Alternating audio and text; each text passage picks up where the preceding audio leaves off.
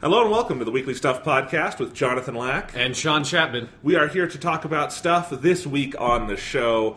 Busy week. So much stuff. We pushed it to Tuesday so we could talk about the glorious return of Twin Peaks. Yes. Quick reaction. Holy shit. Yeah, that's mine too. Yeah.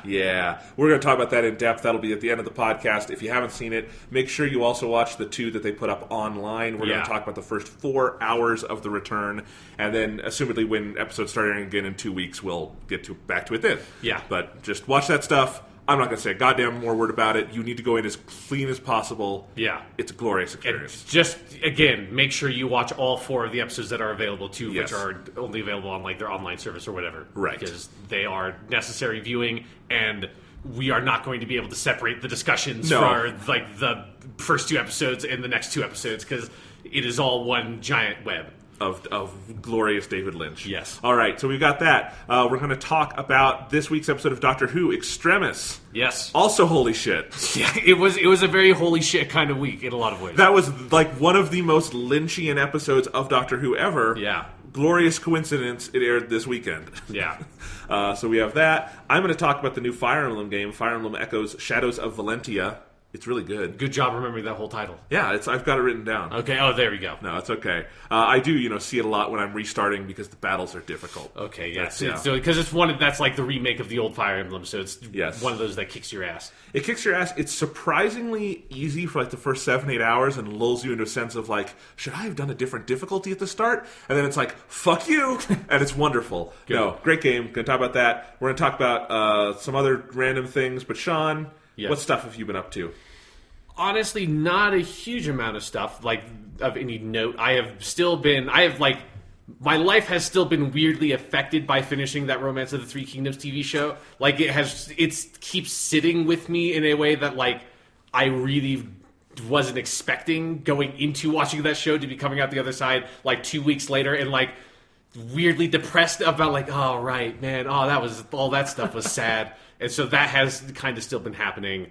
And other than that, I'm still sort of like working my way through Dragon Quest 3 and having fun with that. And another thing I've been doing is after the big Twin Peaks podcast that we did last week, I decided it was time to get around to watching some other David Lynch stuff. Nice. And so I finally watched Mulholland Drive for the first time. I did that the day after we recorded that podcast because it's on Netflix, so people can just that's good. see it. Yeah, that's one of the... It's gone off and on. Yeah, so. It's one of the great things about Netflix. I feel like the way their service has changed in the last couple of years, it doesn't happen to me that much, but it's how I've had gained a lot of my like movie watching experience in high school was just like thinking about like, oh yeah, I've heard about that movie. I wonder if it's on Netflix. And if it is, you're just like, oh, I can just watch that right now. It was so much more convenient than having to like plan to go like, I'm going to go to the video store tomorrow and see if the video store has The Godfather or something. And it was so much harder to watch movies that way. Yeah. Whereas if it's just on Netflix, you're like, oh yeah, Jonathan was talking about how much he liked Mulholland Drive on that podcast. Oh, I should watch it. And then I watched it. That is probably the best David Lynch thing I've seen. I go there with that one. Yeah, it's really unbelievably good. It is. It's fucking funny. It is such fun. It is extremely funny. It's also so tender and heartfelt. Yeah. It has so many layers of intelligence and pathos to it. Mm-hmm. And I think it also might be kind of the perfect blend of him pushing to the avant-garde just enough while still having like slight narrative tentacles. It's not a complete avant-garde film like Inland Empire, which I watched this week. I have that one sort of set up that I think I'm going to watch that tonight or tomorrow night. Here's my Inland Empire story. I love that movie. It is a 100% avant-garde film. Right. It's a 3-hour avant-garde movie, and I say that I went to the avant-garde film school. I know what's what with that. It is just an avant-garde movie with Laura Dern and Jeremy Irons and stuff, which is awesome. It was shot on camcorders from the year 2006, and it looks like shit, which is great. And it's also got segments of the movie in Polish because he got Polish financing for that film. Great. And I did not know that going in, and I also did not know there were going to be subtitles. So early on in the movie, there's brief things with the Polish characters, and I'm like, okay, well, there's a lot of like dialogue you intentionally can't hear in this movie, so I assume the foreign language, like, he just doesn't want us to know what that is. Right, yeah. And then there started getting longer and longer scenes with the Polish people, and there were no subtitles, and I'm like, this could just be Lynch. Yeah. That would not be unexpected, but it got to a point where it's like, there's been 5 minutes of Polish, and I'm like, okay, I gotta look this up, and I looked it up in the version because that's a really hard film to find. Mm-hmm. The version I had just had no subtitles with it. There are supposed to be subtitles with that movie. Make sure the version you have has that. I actually don't know if it impacts the viewing at all, really. I don't think it would make more sense with the subtitles. But at least you're not going to be sitting there distracted by, like, not knowing whether or not it would have changed how you would interpret the scene. That's exactly it. But that's a great movie, too. But Mulholland Drive, getting back to that. Yeah. Naomi Watts, that's one of the best performances in any Lynch movie. Yeah. But also Laura Herring and everyone just... Yeah, it's just an incredible movie across the board. I think what struck me the most about it was because we talked a lot about on the David Lynch sort of Twin Peaks podcast about how, he blends dream and reality, and that's a big interest of his. And you talked a little bit about how Mulholland Drive does that on that podcast, but obviously that was like right before I had seen the movie.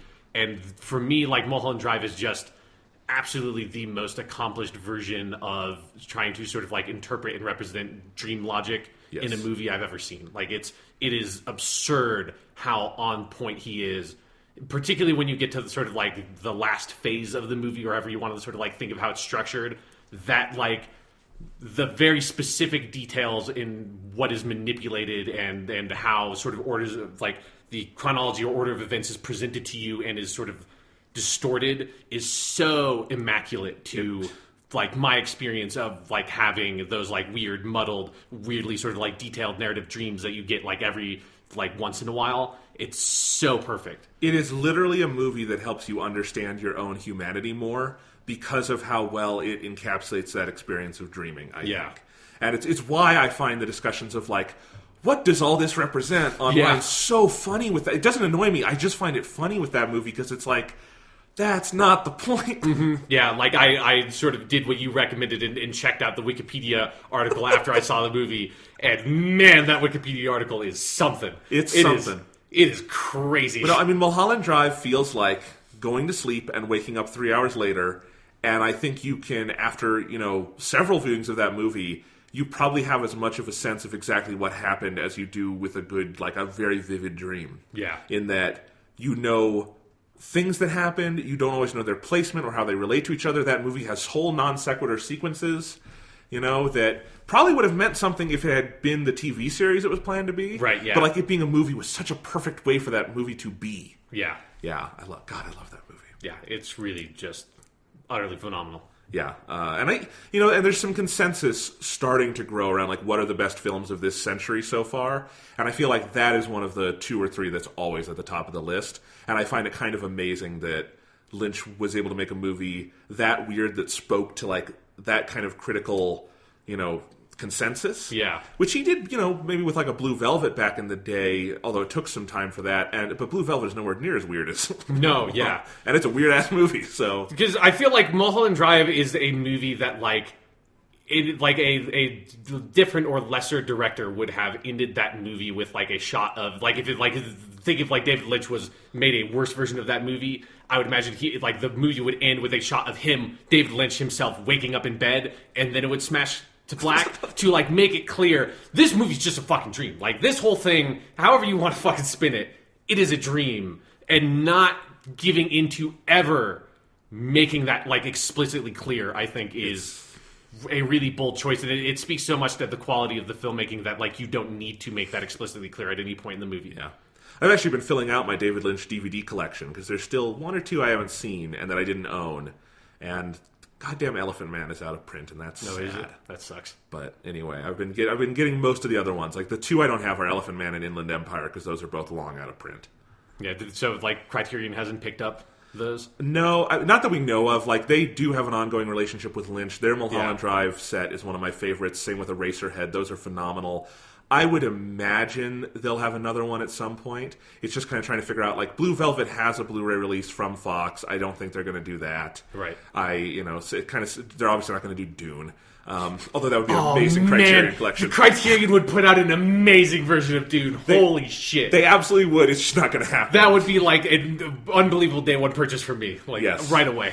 They're probably not going to get the straight story because that is a Disney movie. I completely forgot that movie just opens with the Disney logo, and the DVD it says on the spine Disney DVD, which is it's amazing to have a Lynch DVD that says Disney DVD on the side. Yeah, jeez. But I think like Wild at Heart had a Twilight Time Blu-ray that was limited to 3,000 and sold out immediately.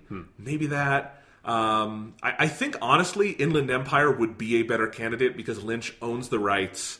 It has no good release here. There's no way you can make that movie look good because of how it was, and I mean conventionally good. Right. But I think they could get a Blu-ray or a DVD out that is the best representation of it with everything you want.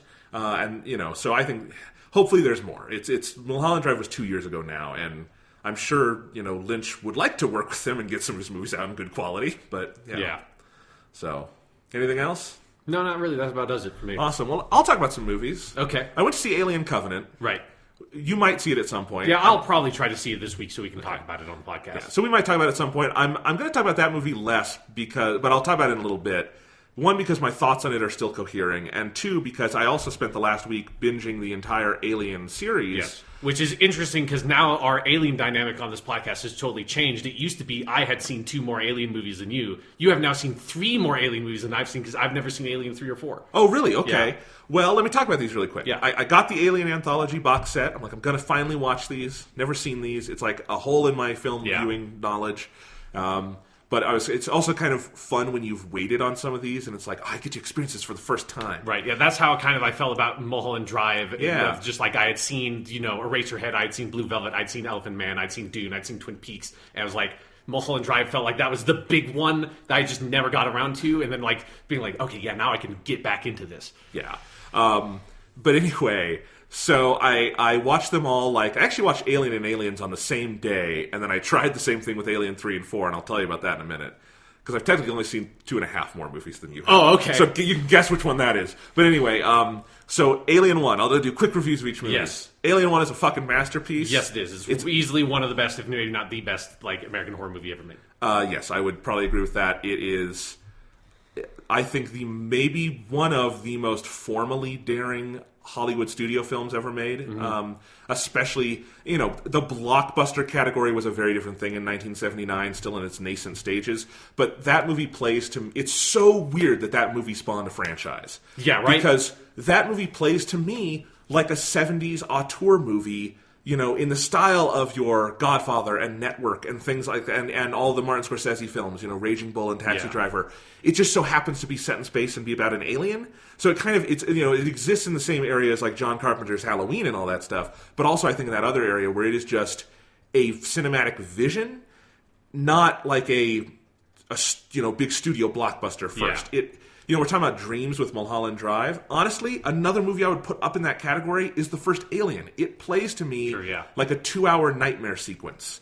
I would say dream sequence, but it's pretty scary. Yeah. So we'll call it a nightmare sequence. But it does, it is so slow. It is so careful with the images it builds. So many of the images are of, theoretically normal space things, like a corridor, but it's all kind of off-kilter. It's got a very, minor surrealist twinge to how it's made.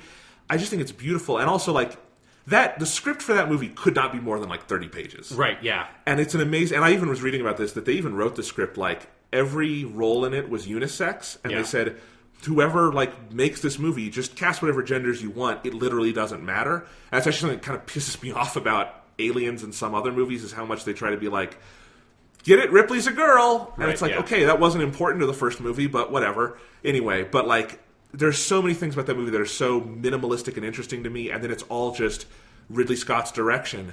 And it's amazing. That's the second movie he made. That's the second movie he ever directed. Blade Runner is the third. That dude peaked really early. And I don't want to, I'm not saying that to say he's a bad director later on. It's just that Alien and Blade Runner have this experimental avant-garde flavor around the fringes. They are not experimental films, but they have that kind of flavor to them, and they are so out on a limb in so many formal and stylistic ways, and I love them both to death. And one of my frustrations with Alien Covenant is you can feel it. He is trying to tap back into that, and I think he is just such a fundamentally different filmmaker than he was back then.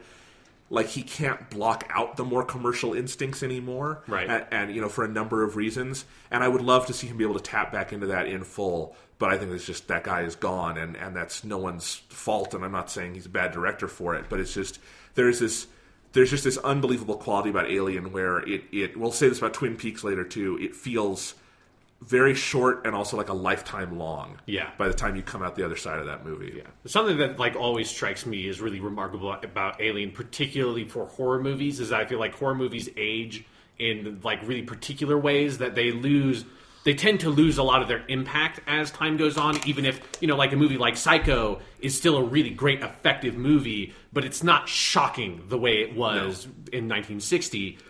But Alien, I feel like, has not aged that way. Like, I feel like Alien is a horror movie. You could release Alien fucking yesterday, and obviously, other than the very specific elements that date it to the late 70s, you could, it would totally pass muster. Like, the scene where, John Hurt has to go out and go investigate the spaceship and find the alien eggs, the storm is going on and the communications are cutting out and everything. Like, that sequence is filmed in such a way that, again, you could just...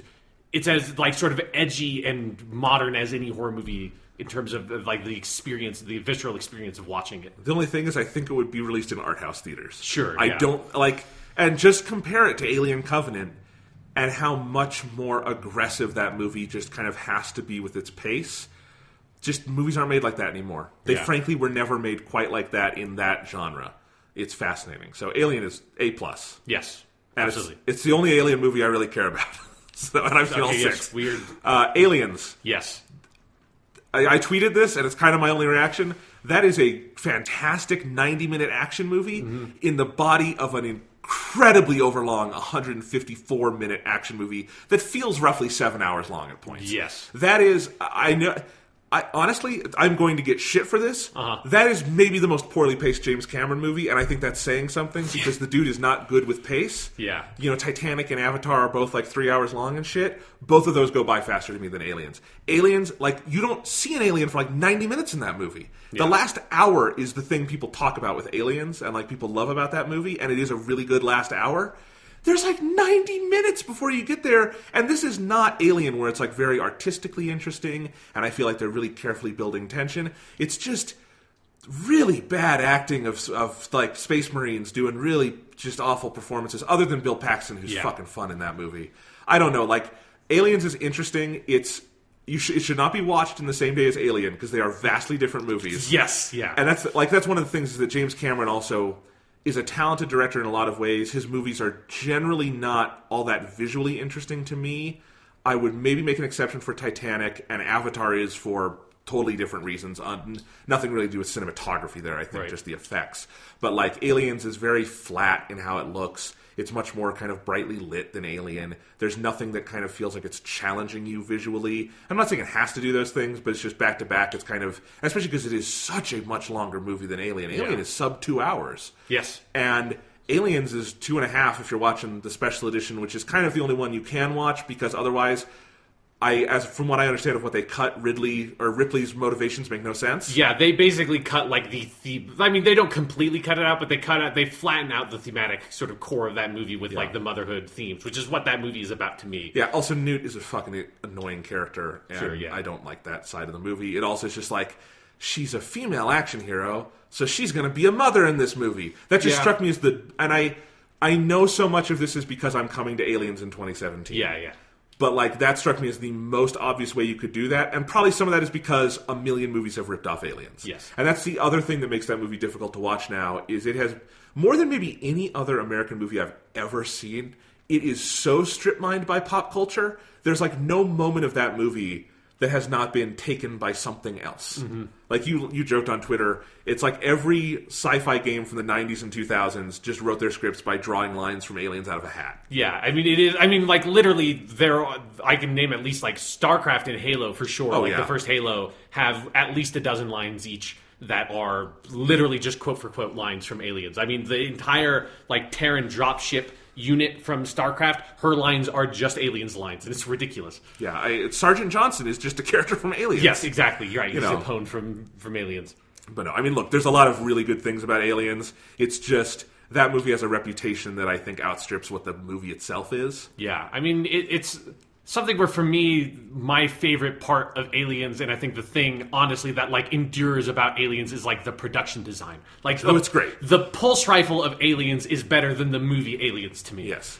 No, I mean, it's what James Cameron always does well, and it's why I wish he kind of pushed himself more visually sometimes, because always his production design elements are top notch. Yeah. But I don't know if there's anything interesting always about how they're kind of shot and put together. But, it's again, the climax of that movie is fantastic, and it just keeps building and building. Yeah. Although, like, the climax of the movie is the kind of the area I have some of the biggest issues with. That, like, it just feels like the movie climaxes and then just has to keep going and going and going. There are like so many steps that need to be made to finish the movie after Ripley has met the alien queen. Yeah. But like the movie should like wrap up relatively quickly after that scene, I feel, based on like how long it is and the pacing. And you have to go through so much stuff of going back and get up on the ship and the alien queen falls and you get into the power suit and you have to fight the aliens. It's just like, Jesus fucking Christ, like, yeah. It's something where I just feel like the screenplay of Aliens has to do so much moving things around without like a lot of narrative momentum or work. That's my problem with it accomplishes. That's my problem with the beginning of that movie. Is like, if I were writing that film, Ripley would be woken up by travelers heading back to the moon, and she would just get taken there, and you would cut 30 minutes out of her going back to Earth and doing all this stuff, and then talking to the people, and then being mad at her, and she's like, no, I'm not going to go with you. And then you have to turn like, okay, I am going to go with you, and now we're going to go back there. And it's just like, it's forever. The first act of that movie is like 80 minutes long. Yeah. Anyway, or they should have just gone the other direction and like never had aliens at all in the movie and just made the entire movie just about Ripley having to come to terms with like living 200 years after she was cryogenically frozen and her daughter having died, and just deal with the fallout of all that shit. Yeah, so, hey, there's so much good stuff about it. I don't want to be too negative. Bill Paxton, who, the late Bill Paxton now, is so much fun in that movie. And I think he's the one who, I tweeted this also, James Cameron is terrible at writing dialogue, and Bill Paxton knew that, and knew the only way you can make it sound good is to be more over the top than Cameron is, and he's great. Yeah. Sigourney Weaver is such an amazing star. She's so great in that. There's so many, fun things about it. I totally understand why people like that movie. It annoys me a little bit because I think it's the thing that made Alien a franchise, and not just an interesting movie. I mean, Aliens is the movie that they made action figures about, right? Like, it's the same way with Terminator 1 and Terminator 2. Like, Terminator 2 is the one where, like, you get the fucking, like, toys out of your Happy Meal from Terminator 2, not from Terminator 1. Alien 3, I'm actually on the other end of a little bit. I think it's better than it maybe gets credit for. Sure, yeah. It has a really interesting setup. It's incredibly fatalistic. Like, the most nihilistic, fatalistic, like, big studio release I think I've ever seen, where it literally just opens with them, the ship from Aliens crashes, and the little girl is murdered, or is killed in the crash, and so is the Michael Biehn character, and they have to immediately do an autopsy on the little girl, and you see, like, her chest getting opened and stuff like that. Like, it is so ridiculously dark that, one, I understand why people hate it, because that is if you were attached to those characters, that's a horrible way to do a if sequel. you're someone who, like, grew up with and really adored Aliens, killing off all the characters that survived at the end of Aliens is not a good way to sort of, like, make a first impression. Yeah, but other than, if you can remove yourself from that, it's, Ripley has landed on this planet. She is fatalistic because of this. It's a prison planet for just dudes. Like, they don't let women on it. It's all, these guys are going to be there forever. They've kind of like found religion to kind of, gloss over the horrible darkness of their lives. It's an interesting setup, and then an alien gets loose, and it's kind of a typical alien thing, but with this kind of extra layer of just grimness that I find interesting. There's some really good acting and character work. Charles Dance, who you would know from Game of Thrones, he plays Tywin Lannister, is so good in that movie, even though they kill him way too early. He is kind of the first to die, which is weird, because he's the only other major character in the movie. So, but like any of them, of course, has the famous ending where Ripley just fucking kills herself. It's like, it's kind of I like the audacity of the movie. It does not work as a film overall, but I like the audacity. David Fincher, I think, is visually a much more interesting director than James Cameron, and even that, I think that was like his first movie. You get a lot of that in there. It's an interesting film. It's not a great film. I actually enjoyed watching it, though. It's sub 2 hours long, so I appreciated that. There we go. Although there's a extended cut that's 2 hours and 40 or something. but I didn't watch that. Right. Anyway, it's okay. You know what it felt like to me, honestly, in the early going was like an episode of Doctor Who or Star Trek, where like Ripley lands on a planet and she has to kind of figure out the circumstance. But, at the end, she doesn't get away. But it does have kind of that Star Trek, Doctor Who kind of sci-fi serial quality to it, and I like that about it. Cool. Alien Resurrection, I turned off halfway through. Okay. It is so bad. Like, it is the cliche of how bad 90s action movies are. Because we've talked before on this podcast. Yes. There is no more reliably bad set of movies than mid to late 90s Hollywood blockbusters. Yeah. They are horrible. They are the worst movies ever made. They're just so bad. If you like Independence Day, I'm judging you. It's just, I hate these movies. Yeah. And Independence Day is like the best of them. Exactly, yes. Which that is a brand on that whole like era of filmmaking. Yeah. That Independence Day is like the standout. They're ugly. The effects are bad. The writing is bad. No one knew what they were doing with tone. The acting is bad. It's just all awful. This one was directed by Jean-Pierre Jeunet, who you would know for directing the movie Amélie. Clearly great, resume for a fucking alien movie. Is the movie Amélie. He might have directed Amélie later, but my point still stands. Right.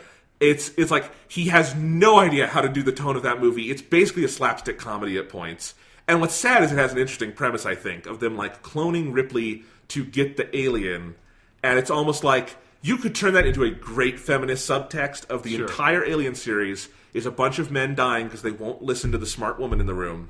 And then when she kills herself to get away from them, they bring her back just to keep mansplaining to her. I find that kind of interesting. Sigourney Weaver is totally game in that movie. But it's so bad, and like once it just became like, oh, there's aliens, and they killed that guy, they killed that guy, Ripley's doing okay, I'm done. I know what the rest of this movie is, and yeah, that's a bad movie. Okay, how's the fifth Alien movie? Prometheus? Yeah, I don't remember if I watched that or not. I don't think we've talked about it. Interesting movie. Not necessarily a good one. Okay. Is that a good, fair way to say it? How, now that you have seen more Alien movies than I have, where does Prometheus fit in the hierarchy? Well, let me talk about Alien Covenant. Okay. Alien Covenant is an interesting movie, and if you have any interest in these films or Ridley Scott's direction, I would recommend seeing it. I think it is both a better movie than Prometheus in that moment to moment I think it's more enjoyable and doesn't have as much of the baggage Prometheus kind of took on. Right. But I also think it's a less cohesive movie. Like if at the end of Alien Covenant, like it's a couple different movies in one and kind of just goes until it stops. It's got 5 different climaxes. Like you were talking about the thing with aliens at the end. Right. So you ain't seen nothing yet. Alien Covenant ends like 5 different times. It's like if Return to the King were a sci-fi alien movie, but not good. As good. Because I did like this movie. But so it's not cohesive really at all. And yet, like, moment to moment, it is so well made. So well made. Like, there are some shots in this movie. There's one early on where these solar, like, sails are unfurling on this ship. Amazing, amazing shot that only Ridley Scott could do. Some of the stuff on the planet they arrive at, where they meet the android David from the Prometheus movie, and he has this, like, whole kingdom of the dead he's created. It is one of the best sets in a sci-fi movie ever. It is a great just realization of a place, and you can just feel Ridley Scott having fun with the staging of things at some point. Like the moment where, you get your first kind of alien bursting out of someone, that kind of scene should not be surprising anymore. And it's not surprising that it happens, but the way it happens is so much more gruesome and like brutal than you've seen in another Alien movie. And like the immediacy with which Scott directs it is absolutely visceral and fascinating. So there's so many things like that where I just think moment to moment, I love the direction. I love Scott allows himself to just be weird sometimes. Like, there's this whole thing, Michael Fassbender plays 2 characters. He plays David and then a new android who's got like the same look. David 2. Walter. Oh. Which that's confusing. I thought they would just be the David line of androids. Yeah, no, David and Walter, which is weird because that's my father and my grandfather, respectively. Well, there you go. The next one's going to be Jonathan, and what's going to happen then? I don't know. But like, there are some scenes between the two of them. Like, I just wish Ridley Scott would make, like, a stage drama with Michael Fassbender acting opposite himself. Or, like, do the, like, old, move, like, kind of like comedy movie where just he plays every single character in, like, different makeup and everything. No, I mean, there's one scene where he's teaching Walter how to play the flute. It's an amazing sequence. Like, it is Blade Runner worthy of, like, this askew view of humanity. And there are things like that that are amazing. I mean, he makes Michael Fassbender make out with himself. They're like, okay, now I get why there's like a huge defense force among this movie from some people. There are really interesting things, and I think if you look at like his best movies, Alien and Blade Runner, sometimes things are just weird in those movies because that's how they are. Yeah. And I like that quality to him. And yet at the same time, Alien Covenant is also wanting to be a bombastic action film. I don't think it's scary. It's not really a horror film, even though I think it has all the ingredients to be a good horror film. It has some really interesting themes in that, like, the characters in this film are colonists, and they're going to, like, live on a new planet. Right. And so everyone in the crew are, like, each other's husbands and wives. And so there's things like when people die, it's not like, oh, this is the dude on my mining team. It's like, that was my husband or something. And there's things like that are themes that, like, are so rich and interesting. They don't go far enough with. There's some follow-up on the themes of Prometheus that I think are better done here, but then there's like 500 other things going on. And I don't know. It's a really interesting film. I think it has interesting things it's trying to say. As with Prometheus, I'm not sure how often it really lands those things. But, Scott is clearly very energized making these movies. Like, we thought that about Prometheus too. Right, yeah. And this is very much, this movie is Prometheus 2. It is not an Alien, it's a Prometheus sequel more than it is, I think, an Alien movie. The Alien part of it was probably not really Scott's, like, ardent like, decision, like, we need to put Alien back on the title. It was probably the studio being, you need to put Alien in the fucking title. Yeah, but anyway, it's an interesting movie, and getting back to what you said about where do I rank these things? Yes. Again, Alien 1 is the only one I feel is like an essential piece of filmmaking. Yeah. Aliens is a better movie probably than Prometheus and Alien Covenant. Okay. I find Prometheus and Alien Covenant far more engaging and interesting as films, even when I hate them. And there are parts of Prometheus I cannot stand. Yes. But I also think that movie asks you to think things and demands things aesthetically and thematically that I find interesting and that are rare now, that were rare back when these movies were starting to get made in terms of mainstream Hollywood filmmaking. And I do find that valuable, even if, the conversations lead to sometimes maybe infuriation on our parts or something. I do think there's value in that. And so some of me, like, I'm definitely more engaged with the Ridley Scott side of this whole thing, even if, again, I would love for him to have made, like, one movie about the David android, because that's the thing, is that this is more about David, and it ends with a setup for a third movie with more about David. And it's like, yes, that is a fascinating character. It's a phenomenal performance by Michael Fassbender. I wish you had just made a movie not connected to Alien, kind of about that guy, and, like, one solid movie that told the whole story. Because if you take all those pieces and put them together, all of that stuff is great. But, it's split across two movies with a lot of different moving parts. I'll say one other thing. The acting is better in Alien Covenant. That is, okay. Other than Michael Fassbender, the acting in Prometheus was pretty terrible. Yeah. Not necessarily the actors' faults. Like, that movie has a lot of good actors in it, but yeah, just like the script made all the characters. It's like that classic bad horror movie thing of making every single character unbelievably incompetent, and there's no way for an actor to make that character likable. No, I thought the acting in this was much better. Catherine Waterston plays, like, the main female lead, and I love Catherine Waterston, and she's great. Danny McBride shows up, and I didn't expect to like that character at first. Like, he's playing a pilot named Tennessee. It works. Like, I could oddly, if this movie were modulated in tone more like Alien, I think he could fit even more, almost like Harry Dean Stanton does in the original Alien. Okay, yeah. But, there's good work. The Billy Crudup is in this. He's very good, although there's a weird thing with his character where apparently he's, like, a devout Christian. And they never, like, establish that. It's just like, you're a devout Christian, so and it's like, but you never did anything with that. It's like the most out of left field theme I've seen in one of these movies. Okay, yeah. Including all the out of left field themes of Prometheus. Yeah, Prometheus is a movie that is out of left field themes, and you're just like, cut all that shit out and focus on the shit you want to, like, pick something to make a movie about. Yeah. But anyway, those are some Alien thoughts. Okay. Let's talk about some news. Okay, what's going on in the news, Jonathan? I want to start with something sad. Yeah. And this is just something I want to mention. This broke earlier today while we were prepping the podcast. Zack Snyder has left the Justice League movie. In post-production. In post-production. This happened actually back in March. It's just being reported now. It was reported through The Hollywood Reporter, probably because they had a sense this was going to leak or something. Yeah, It sounds like they did not want this to get out there, but it did. And he left back in March because his daughter committed suicide. Horrible tragedy for that family. We do not have to always like this guy's movies to think that. And, I know everyone says Zack Snyder is a good dude, and he and his wife Deborah Snyder, who's his producing partner, they are clearly family people first and foremost, and that just makes it all the sadder to think about. And the details are, that story I think was clearly Snyder and Warner Brothers trying to get ahead of whatever that story might be, and not let it get paparazzi'd or anything. So what's happening with that film is he's been off the film. It sounds like he will not really be involved with finishing it. Joss Whedon was brought in to shoot the reshoots and direct some additional scenes and then see the movie through post-production. I guess he and Snyder have... I thought I read that in the story that, they kind of he contacted Whedon, and it sounds like this was a mutual thing between the two of them. Does explain the story we got earlier this year of Whedon kind of working with DC. Yeah. It sounds like this might have been the in that he's helping to kind of get this movie over the finish line. Although I think if they hadn't have had to come out with this, I'm pretty sure we would never have heard of his involvement, because that's the kind of thing directors do. Is they probably would have kept it on the down low. But yeah, I mean, that's horribly sad. Wish that family the best. Absolutely.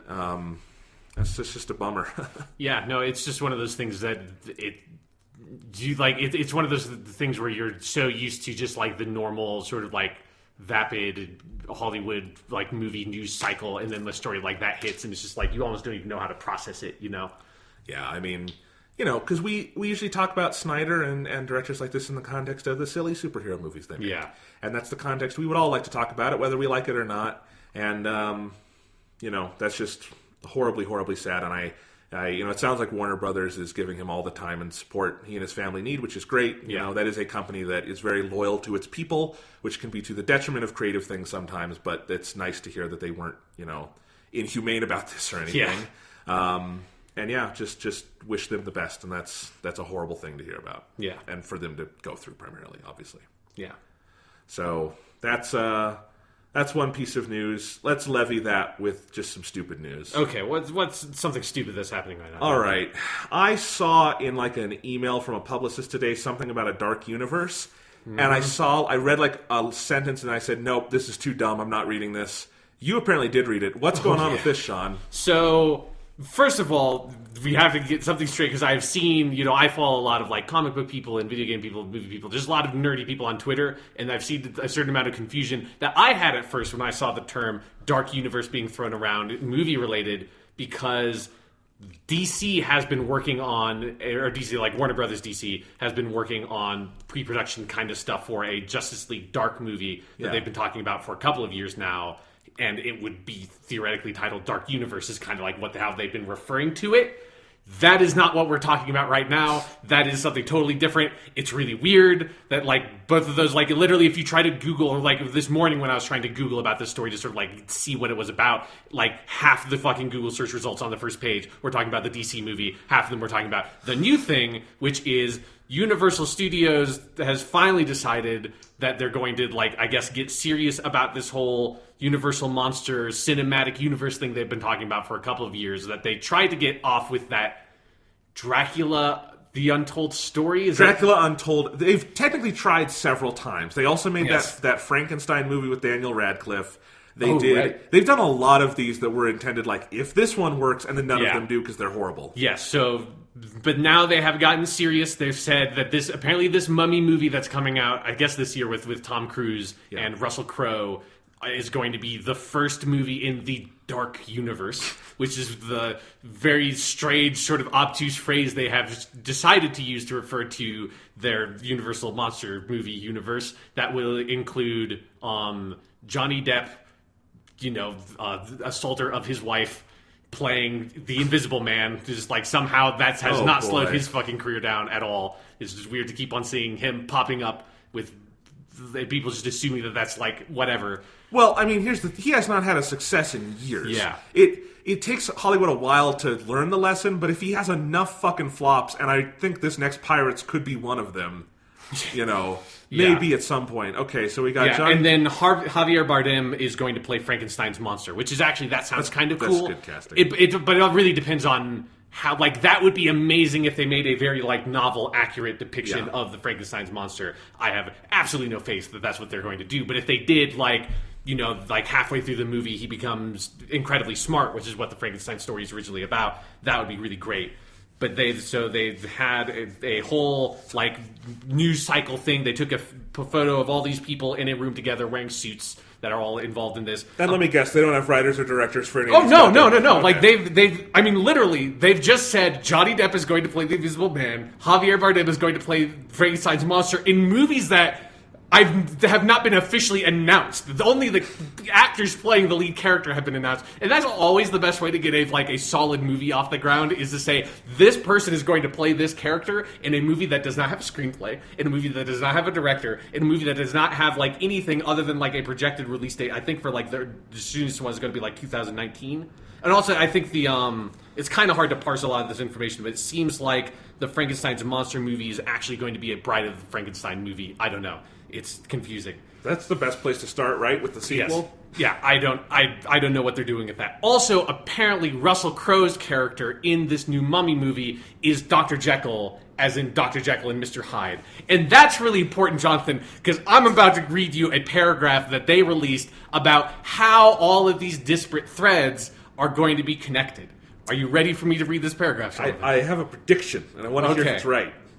At its organizing principle, Dark Universe films are connected by a mysterious multinational organization known as Prodigium. Led by the enigmatic and brilliant Dr. Henry Jekyll, Prodigium's mission is to track, study, and, when necessary, destroy evil embodied in the form of monsters in our world. Working outside the aegis of any government and with practices concealed by millennia of secrecy, Prodigium protects the public from knowledge of the evil that exists just beyond the thin membrane of civilized society, and will go to any length to contain it. I got a great question. Uh-huh. First off, Yeah. has Russell Crowe ever done a sequel? I have no idea. I don't think so. So good luck having him as your Nick Fury in this. Exactly. They've decided Russell Crowe is going to be Nick Fury. 2, that's a description for a bad Universal Studios theme park ride. Uh-huh. Not for, it's like what you hear a bad actor say in the TV in the line while you're waiting. Yeah. That's not your pitch to investors for a movie universe. Or it's like the thing that Russell Crowe says in a very, or some other actor says in a very ominous way for the opening credit sequence for your TV pilot that never got picked up. Yeah. For Prodigium, the TV series. Boy. Yeah, so here's apparently, the thing. Yeah, they've decided fucking Dr. Jekyll, as played by Russell Crowe, who's being introduced in a Mummy movie that is set in modern times, starring Tom Cruise, is going to be the Nick Fury of the Universal Monster movie thing. Even though Dr. Jekyll and Mr. Hyde is not a Universal Monster at all, I don't even know how they got wrapped in. This should have been the easiest slam dunk of this age of interconnected universes for Because Universal. they already did it once. Yes. All you have to do, and this shouldn't be as hard as it sounds now, is find some interesting filmmakers. These don't have to be high-budget movies. No. These should be little horror movies like they were back in the day, frankly, and say, all right, who would like to do an interesting take on Dracula? And who would like to take an interesting take on Frankenstein?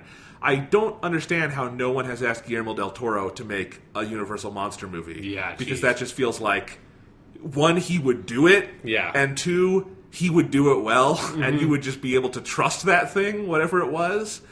And so it's like, we don't have any superheroes. We're all right on 8 Fast and Furious movies, and we can't really do an interconnected universe out of that. But you know what? Our studio is famous for making cinematic adaptations of public domain characters. So let's just do that. Let's do that and pretend they're superheroes. Yeah. Yeah, it's a horrible idea. It's going to bomb. It's going to bomb hard. The Mummy is going to bomb when it comes out this summer. I'm just predicting that now because no one wants to see it and it looks bad. I mean, that gaffe a year ago or so when the first trailer came out that it got released without the proper audio is one of the most amazing things I've ever seen come out of a studio. And it's the only reason anyone knows that movie's coming out. It's so good. Tom Cruise movies don't do good unless they're Mission Impossible films. That's just kind of an organizing principle these days because old school film stars are not what sell films anymore. Yeah. And a lot of people don't seem to understand that. So, but it's funny. It's cute for them for trying. Yeah. And it really says something that, for Marvel movies, when the Marvel movie stuff got started, I was super excited about it because I was a huge Marvel Comics fan, and then they're making like good movie adaptations of these characters I've loved for years up to that point in the comic books. I am also someone who, like, I love those classic Universal monster movies. Dracula and Frankenstein are, like, two of my favorite movies I've ever seen. Like, I grew up with those movies. I watch the Universal horror monster movies basically on cycle every year in Halloween. I kind of, like, move on to, like, okay, I'm going to do Dracula this year. Next year I do, like, Frankenstein. Then I'll do, like, Wolfman. I love those movies to death. I also love the novels that, like, Frankenstein might be like my favorite novel. Like, it's way up there. Dracula, I think, is an incredible novel. I've read Frankenstein 3 times. I've read Dracula twice. Like, I've read Dr. Jekyll and Mr. Hyde. I fucking love this stuff to death, and I have no interest, literally zero interest in seeing any of these fucking movies, especially when their connecting thread is Dr. Jekyll and Mr. Hyde. Dr. Jekyll / Mr. Hyde is running a secret multinational organization called Prodigium that protects us from the evil of the monsters in the world. This is stupid. It's really fucking stupid.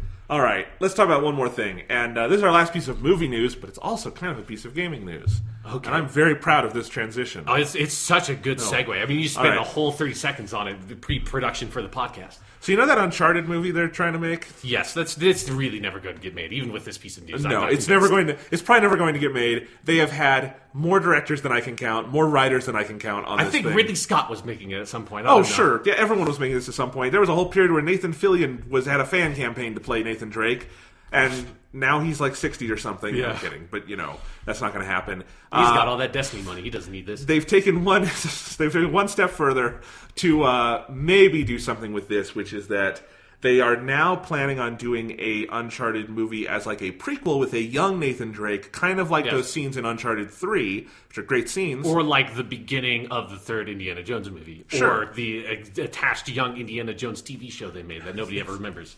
With Tom Holland, everyone's favorite Spider-Man. Yes. Or current Spider-Man, and just general cool dude and actor, going to play a young Nathan Drake.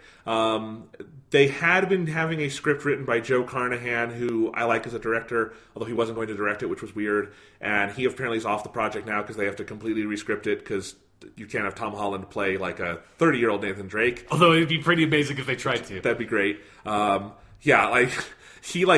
they got as Elena Fraser would just look taller at least. Like, they might not be taller. They would look taller. I mean, it would make their relationship very creepy. Yeah. Yeah. Elena Fraser, that's two different characters. You know what I mean. Yes, yeah. So it's being directed by Sean Levy, who has directed some family films, some good, some bad. And so it might happen, it might not. I will say that's probably the most interesting take for an Uncharted movie I've heard so far. Yeah, like, at least that would, like, theoretically could coexist with the video games in like stories in a way that could be kind of interesting. In a way that, like, adapting like the plot of Uncharted 1, the video game, for a movie would be the most boring decision in the world. This is better than that. Like, if you got... Okay, Tom Holland would do good at this. Yeah, sure. If you got a good guy to play Sully. Sully is, I think, the trickiest bit of casting, honestly. But if you got a good Sully, you got a good, Nathan there, I think you could do a fun prequel kind of movie with this. I also don't think... Good movies don't come out of 10 years of development hell, generally. No. So... Also, good movies do not come out of Hollywood trying to make movies about video games. Yeah, that's true. That still has never been proven wrong. Yeah, I still have never had the courage to actually go watch that Assassin's Creed movie, even though I am so morbidly curious about it. If we ever, start a Patreon, Sean, that'll have to be, our first month bonuses. We'll do an audio commentary or a podcast on Assassin's Creed. Oh, that would be terrible. Jesus Christ. Now we can never do that. Yeah, that's a bad idea. Anyway. The only thing worse would be we're going to do another fucking episode of the podcast on fucking Prometheus. Yeah, well... Prometheus episode 3. Yes. I don't know. Anything else to say about this? It's not going to happen. It's never going to happen. It's never going to happen, but if it does, this would be an okay way to do it. I want to hear who they would want to cast as Sully, because legitimately, I think that is actually the harder role to cast. It is. To, nail it. The only person I would want... I can think of off the top of my head to play it is too old, and it's John Goodman. Mm-hmm, would be an amazing Sully. I know he played a character named Sully, but it's also he just would be that character. He's sadly, I think, too old for that. I mean, they could just get Tom Hanks, and he could just be playing Sully from Sully, the movie Sully. That'd be a very different Sully. Yeah, but I mean, they're making their Sully cinematic universe. Everyone's on it. The Dark Sully. There was that week Tom Hanks hosted SNL, and they had some good Sully sketches. Yeah. So maybe we get some of that. That would be no sillier than their pitch for the Dark Universe. No, it wouldn't. It wouldn't. All right.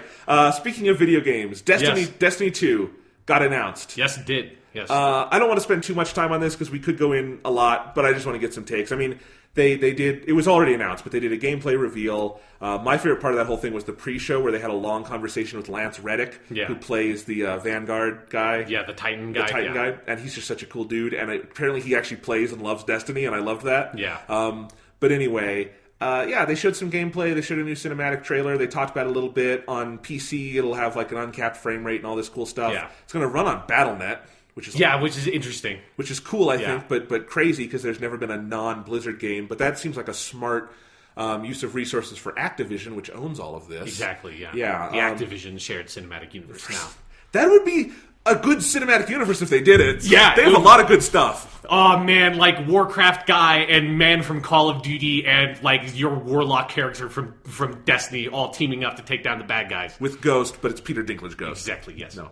So I don't know. Here's my quick reaction. Okay, it looked a lot more like a Destiny expansion pack than I thought it was going to. Yeah, I have like a really because I had the same reaction at first that I think like they have clearly not tried to put on like a whole new coat of paint and like change up all the reload animations and change every little bit of UI to make it look very distinct from Destiny 1. But like the more and more I read about like the specific mechanical changes they've made of like they've changed up the weapon system significantly so that like you now have your primary weapon and your secondary weapon are both the sort of like the same kinds of weapons. So like you could have an auto rifle as your primary weapon and another auto rifle as your secondary weapon, but the secondary slot is now used up by a weapon that does elemental damage, and your primary slot is one that does kinetic damage. I think that's a brilliant change. Yeah. I do, yeah. And then like because that also just opens up hopefully for like a more expanded sort of list of types of weapons you could have in those slots, and then like your like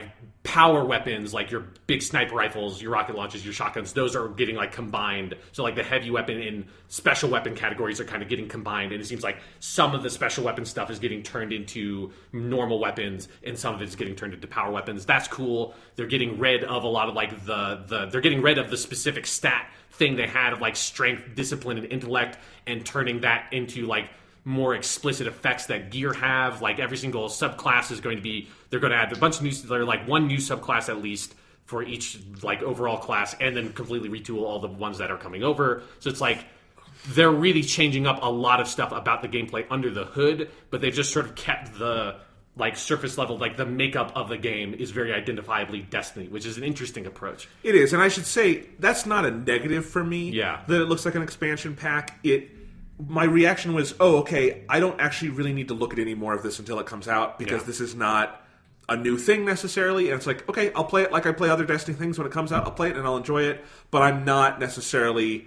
It's kind of like a put your expectations in check. Like, okay, this is not a completely different game. Yeah. But I agree with you. Some of those mechanical changes sound smart. They get, a fresh start with a lot of this stuff. It sounds like some of the new areas are really cool. Yeah. One of those, the European Dead Zone, I mean, that was going to be in, like, Destiny 1. They've been working on that for years. Yeah, it got cut out relatively early, one of the production of Destiny 1. So, it seems like it could be neat. It's like, I watched, like, half of that live stream, and I just was like, this is Destiny, and that's great, and that's cool, and I will be happy to play it, but I just hit this point where I was like, okay, I don't need to see any more of it until September, and I will happily give them my $60 to play it. Yeah, but I have had a lot of fun, like, going in and just reading, like, the nuts and bolts changes they have made are really fascinating and sound like is going to lead to a much better game. Yeah. No, I mean, Taken King did so much within the framework of Destiny 1 that breaking out of that framework, at least in some ways... it could be a really big boon, even if it's not the whole-scale overhaul we thought we might get. Yeah. Although, like, I think we might actually be surprised about how much is, like, changed about the specifics of the experience when the game actually comes out. Oh, absolutely, because you're mentioning some, big things. Like, just, if across the board they get rid of some of the useless stuff, like the strength and intellect and discipline, never figured out what any of those did. And I've played hundreds of hours of Destiny. It was, like, grenade cooldowns... melee cooldown and like your super cooldown. Never figured that out. Yeah, if they can streamline a lot of that stuff, that alone honestly makes more of a difference than it might sound like. Yeah, and it looks like also they've stripped out the normal like the stat thing they had in your like class screen of like your agility and recovery and whatever the third one is, that different abilities you selected changed how much those stats were. It seems like they're getting rid of that, and it looks like the skill trees I've seen that they've like shown little images of like seem like much more interesting skill trees that are getting rid of like kind of like the weird fat skills of like, oh, this like decreases some of your like agility but increases your like recovery. It's like, who gives a shit? I can barely even tell the difference. Yeah. All right. Any other stuff to say about Destiny 2? I'm very excited for that game. I want to play that beta. The cinematics are good for that game. Yes. They look like a lot of fun. Like they look like they maybe took a walk across the campus to Blizzard. Sure. I just imagine all the Activision people in a big room or something, and we're like, how do you guys make your cinematics? We want some tips on that, because you guys do it really well. Yeah. Yeah. So anyway, looks fun.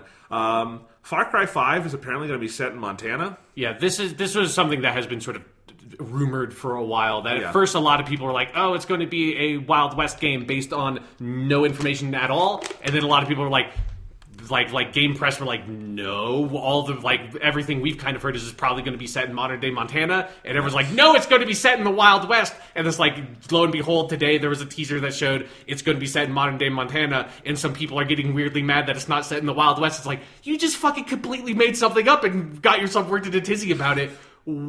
It doesn't even make any sense. But the internet, a 1X play. Yeah, it was really fun to like follow these rumors for the past week or two, because I really liked Far Cry 3 and Far Cry 4 especially. And so I'm excited to see where they go. I think Montana's an interesting setting to get away from them trying to do this like exotic thing and like say like, because especially Far Cry 3 like got stepped into weird like very like colonialist imperialist kind of territory with the storytelling of like it being like very much like exotic in a way that's kind of gross in how they're portraying like other cultures. And it's interesting, and it's an interesting idea to sort of like take that lens and turn it back on America, which is I hope they're doing, because like I think the storytelling in Far Cry 4, while not like the most amazing story in the game ever, was really well accomplished for what it was. And I think if that team is making a game set in Montana, I have a lot of faith that it's going to be pretty cool. Yeah, I don't know if I could point out Montana on a map, because it's kind of a nondescript state, but, and no offense to any listeners in Montana, you just live in a boring state. I'm kidding. It's fine. It's fine. They know it. Yeah.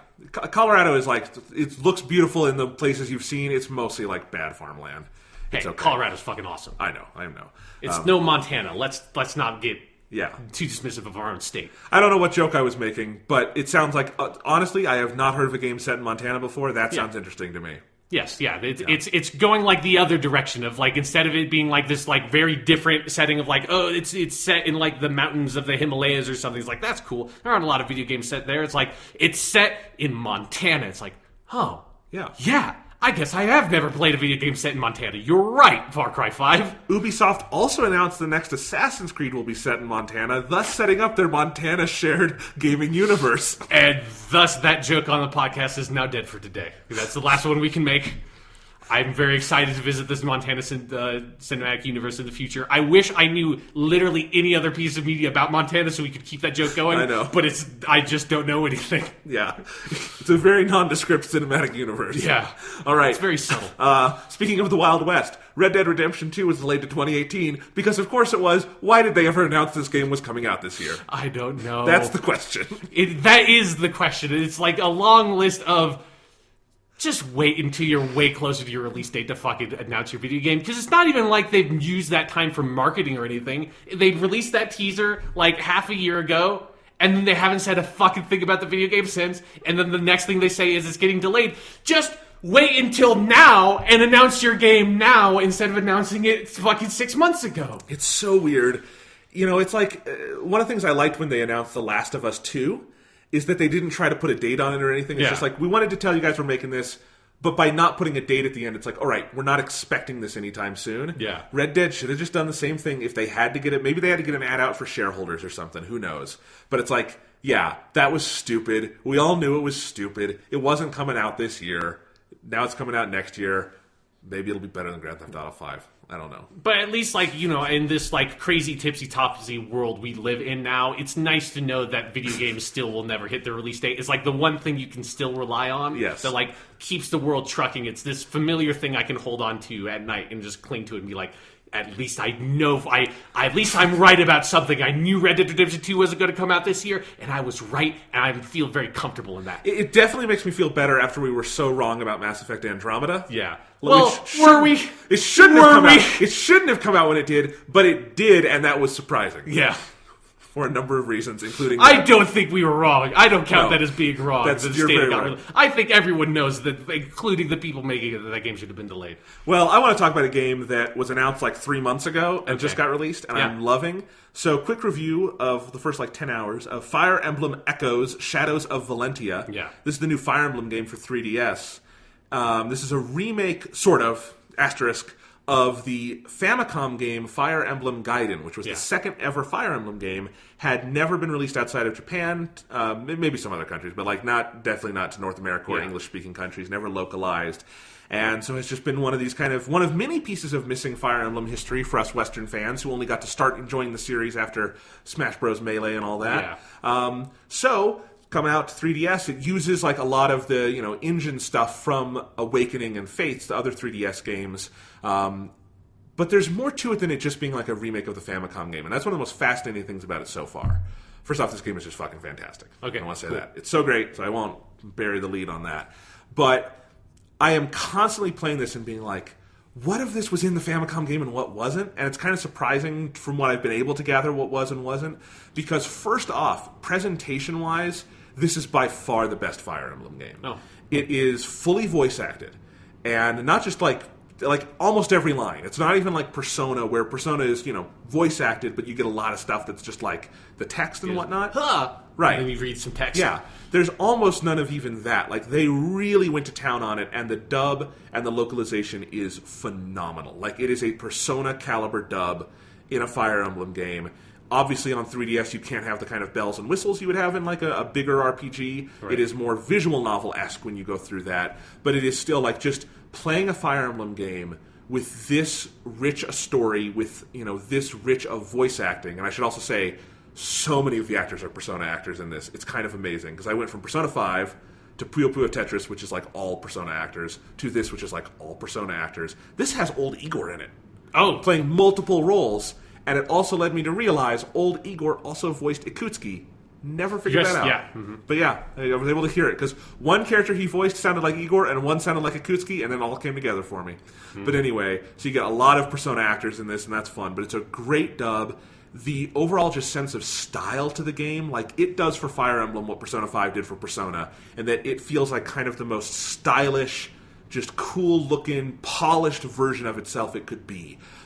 When you're on the battlefield and, on the top screen you're looking at your units and stuff, on the bottom it always shows your unit information. Well, in this game they've added to that there's a big portrait of your character that is this just beautiful drawing on the bottom screen, and then all the other elements just look so cool and stylish, where it's just fun to, go around the menus of this game. So with that, and with the very wonderful storytelling they have, there's more cutscenes than ever before. They have more in-engine 3D cutscenes, and then of course just the normal where people are talking and you actually have voice acting here. That's all kind of amazing, but it leads me to my first thought about how was this a Famicom game? Right. This might have the most in-depth story I've played in a Fire Emblem game, and that's crazy to me. I assume a lot of this writing was not in the Famicom game because, NES games didn't have a lot of writing. Yeah. Even a Final Fantasy III or something, which is much more text-heavy than games of its time, isn't that text-heavy. Yeah. Right? Yeah. So because I'm still playing the Famicom-era Dragon Quest, and they are, you can definitely tell the difference. Yeah, so I don't know what was added and what was not, but it all feels very modern, very of a piece with modern Fire Emblem, but with a level of polish that I don't think I've seen in this series before, maybe, where it's just the writing and the characterization is so good and so on point, and the story moves in such interesting directions, and there's kind of enough nuance to all the storytelling where if, and it probably feels like there's more cutscenes and dialogue and stuff because it's all voice acted, so it just takes longer to get through. But it really does feel like you spend more time in the story, and I don't regret that at all. I really find the story engaging. It's like reading a good book and then putting down the book every once in a while to play a super challenging game of chess or something, Yeah. And so that's a fun part of it. So the presentation is great. I don't know where that stuff came in terms of what was in the Famicom game, what wasn't. But then also, this feels like by far the most different Fire Emblem game of everything that's come out in the U.S., And almost like, oh, these are interesting innovations, and then you have to remember, no, this was the second game ever in the series, and there were no conventions yet. Yeah. So apparently in Japan, Fire Emblem Gaiden is kind of considered in the same light as like Zelda 2, where people don't dislike the game. In fact, it's a classic in some circles, but it's just very, very different. Right. And so like, you know how every Fire Emblem game like you and I have played has this chapter structure, where every chapter has some story, and then a big battle, and then the story continues, and then you go to the next chapter. Yeah. Right? And in some Fire Emblem games, you also have to go on the world map with that, but that is the general structure of them. Fire Emblem Gaiden / Echoes is not like that at all. It's you basically, everything is split into acts. I'm in Act 3 right now, and every act has a lot of story, a lot of battles, some small, some big. You basically are moving on this big world map, and like the enemy units, like there'll be an army over there, and you can move to attack it, or you can wait and it'll come to attack you. There's also places to go in, so like if you visit a town, it'll almost be like, it reminds me of like a 90s PC point-and-click game, where there will be a backdrop of the town, and maybe some people standing around there, also very visual novel-esque, and like you'll click on them to talk to them and get information, or you can kind of do this first person look around the area and see if you can find like, oh, there's a carrot over there, I can use that for food later, grab that. Just go to this town and pick a random carrot off the ground and I'm going to use this for food later. You do this a lot in this Your game. army seems like it's in some pretty dire straits that you're that excited about one carrot. Exactly. And so you move around the towns, you do that kind of stuff, and there are full-fledged 3D dungeons to explore. Oh, geez. It's insane. And I think at the Famicom version, obviously they weren't 3D, but it was still the same idea of you go into a dungeon and you control your character, and when you find an I don't know how, it was probably random encounters on the Famicom, I have no idea, but in this there will be like an enemy on screen, you attack it, very much like in Persona 3 and 4, where like you have to like use your weapon and hit it, and then it starts a Fire Emblem battle with the person that you did that, and so those dungeons can actually be pretty challenging, because you might have to do 4 or 5 Fire Emblem battles between saves. Jesus. And they're shorter ones, they're often pretty easy, but it's still a lot. Like, I did wipe once and lost like 40 minutes of progress. Yeah. Or I didn't wipe, but I lost like my only archer, and it's like, this is Fire Emblem, he's not coming back. Yeah. Yeah. So anyway, but it's crazy. Like, you go into these dungeons, and you are controlling your character, and on the 3DS, it's in 3D. It uses the C-stick on the new 3DS, so you're moving the camera and everything, and you're walking around a dungeon, you explore, you can, like, break barrels and find shit and fight people, and then there's this whole system with, like, these goddess statues you have to find. Almost reminds me of, like, Breath of the Wild, because that's where you go to, like, trade in your shit and upgrade your characters and heal and stuff like that. And, yeah, the dungeons are not, like, the main part, but they're, like, in towns and places, and you go there, and you have to, like, do things in the dungeons, and then you go back to the main screen. So there's actually a lot of variety to the gameplay in this, even though it all ultimately kind of boils down to Fire Emblem tactical battles. It feels like you're doing a lot of different kinds of things as you play, and it also gives them a lot of different vectors to kind of tell the story. It's not just, you know, cutscene, battle, cutscene, battle. Right. It's a really interesting game, and those changes, like, if you hadn't told me that this was a remake of a Famicom game, I might just assume, oh, this team, you know, they did what they did with Awakening and Fates, and now they wanted to do something else, and this is really different, and it's fun, and it's interesting. You know, there's lots of other things that are different because it's older, like there's no weapon triangle in this one. Oh, geez. They did not try to, like, it was not in the NES game, and they didn't try to, like, kind of graft it on here, so it's much more like when you hit other units, it's almost like a more traditional RPG battle where it might take... It definitely takes more skirmishes between your units. Like in a lot of Fire Emblem games, with the right people, you go up, you kill them in one hit. There's a lot less of that in this one. And so like the whole tactical side of it just automatically changes because of that. You don't have to give your characters weapons. They kind of already have them, although you can give them like upgraded weapons. But for like the magic users, and this is a change I would keep for modern games, you don't have to buy them tomes and all that shit. Okay, they just learn spells like in Final Fantasy or something. And so that's kind of interesting. But, like, it drains their health when they use them. Oh. So it adds this whole other kind of... Usually it's just, like, one hit point. But it does add other things to think about. Healers are more useful as, like, you know, battlers as well, too, because they have some magic, some dark magic that's interesting. So it's a really, really different Fire Emblem game. But it's also really good. Like, I have been enjoying it so fucking much. It really does feel like, because they're building this at least off the bones of the Famicom game, even though they've clearly added a lot, I think just calling this a remake is doing it a disservice. It's obviously a lot more than that. Right. Or a remaster, as I've heard some people say. It's not a remaster, it's a full-fledged remake. It feels like because they were building off the bones of a Famicom game, they were able to take all that time that they would put into like designing systems and writing and just polish the shit out of everything. And so it just feels like moment to moment, absolutely one of the best Fire Emblem games I've played. One of the best games on the 3DS. It's absolutely beautiful. I still am in awe of what developers are able to do on the 3DS in its, latter day at this point, in that the 3DS is not a powerful system, but there are some beautiful images and stuff on it. The 3D actually works really interestingly in this game. Some of those cutscenes are gorgeous. The writing, as I said, is just so good moment to moment, and the dub is, just the voice acting is so good moment to moment. It's really great. And the story's an interesting one. In some ways, it's a traditional Fire Emblem thing because it's about two kingdoms at war, but like the vantage point of it is very different. It's about these two characters, Alm and Celica, and they grew up together in this small little town. And they were told like they were cousins or something, but they're not actually. Celica, like Alm's supposed grandfather, like adopted her because she was in danger from something, and she's a hidden princess and stuff like that. Sure, yeah. But like Alm and Celica are really great friends. Eventually, like when they're kids, when they're like 7, she has to go away to live on an island and be a priestess or something. So they've always wanted to see each other again. One day, the evil kingdom invades the nice kingdom, and Alm joins the Deliverance, which is a fantastic name for a rebel group. Okay, yeah. And he becomes the leader of the Deliverance, kind of like a Luke Skywalker kind of thing, to go like fight the evil empire. And meanwhile, Celica sets out on this journey to try to reawaken this slumbering goddess. And they kind of meet, and the way their paths converge, and the way they both have their own armies and separate, command structures. But unlike in, say, Fire Emblem Fates, which is has its two paths, or even like the Sacred Stones or something like that, you go back and forth constantly. And you can even choose it in the act I'm in. Like, I could move Celica and go on with her story, or I could move Alm, move on with his story, and it doesn't pressure you one way or another, and that's kind of interesting. So there's just there's always stuff happening. You never really get bored, because even if it's oh, I've fought with this character for 5 battles, oh, I could go hang out with Celica and do that battle, and her right-hand woman is voiced by Makoto from Persona 5, and that's just fucking cool. So, Does she ride a motorcycle? No. This is it is medieval. I mean, you said you were going to awaken a slumbering goddess. You can go find a motorcycle in that premise somewhere.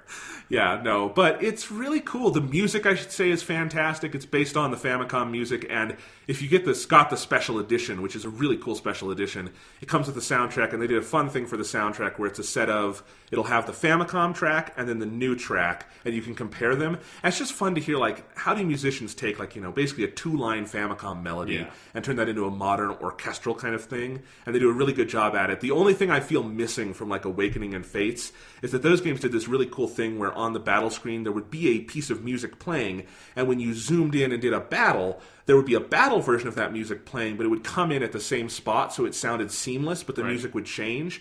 Here, there's a separate battle screen and field screen music, which you would expect from a game of its era, obviously. Yeah. And so you just the transition orally is a little rougher, even though it's smoother than it's ever been visually.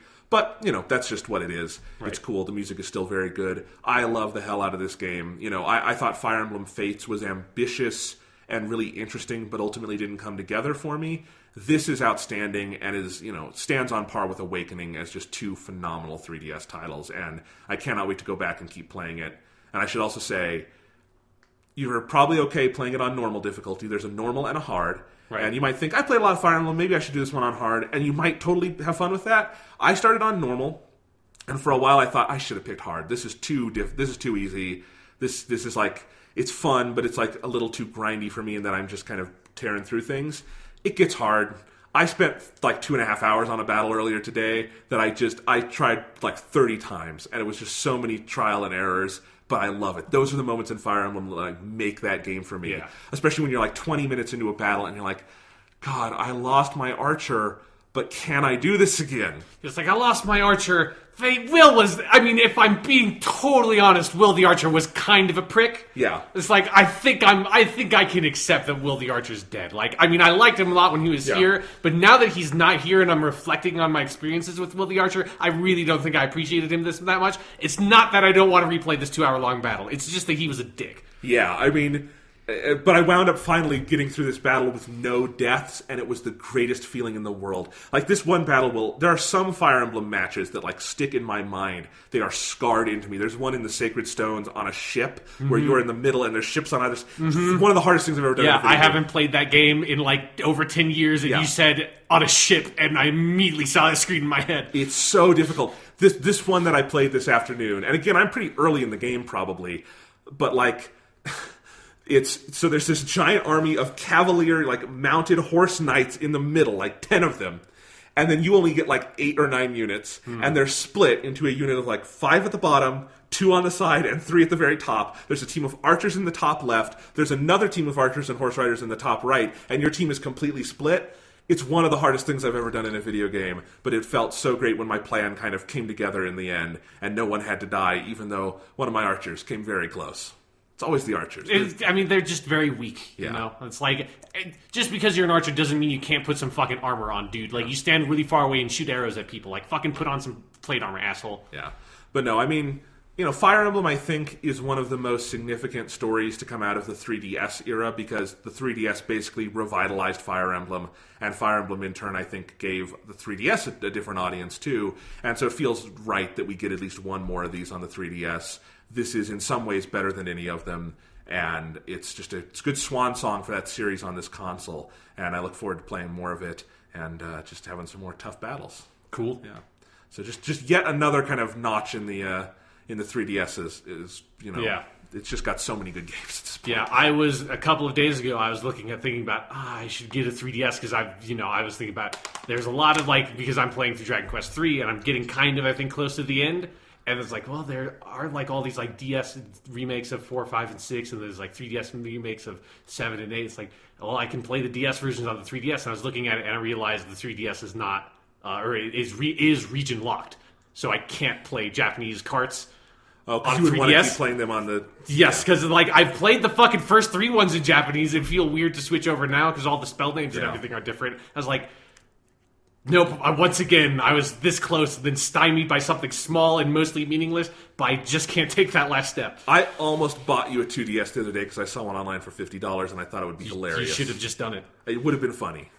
Maybe next time. Yeah, if you want to, I am not going to say no. If you want to buy me a 2DS, I will accept I just want to watch you play it for 5 minutes because I think it would be funny. Okay, yeah. Yeah. Anyway, let's go ahead and move on.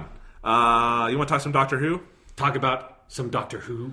I don't even know what you say about this episode. I mean, I don't even know, are we even here talking about that episode? I'm not even sure. This podcast happening?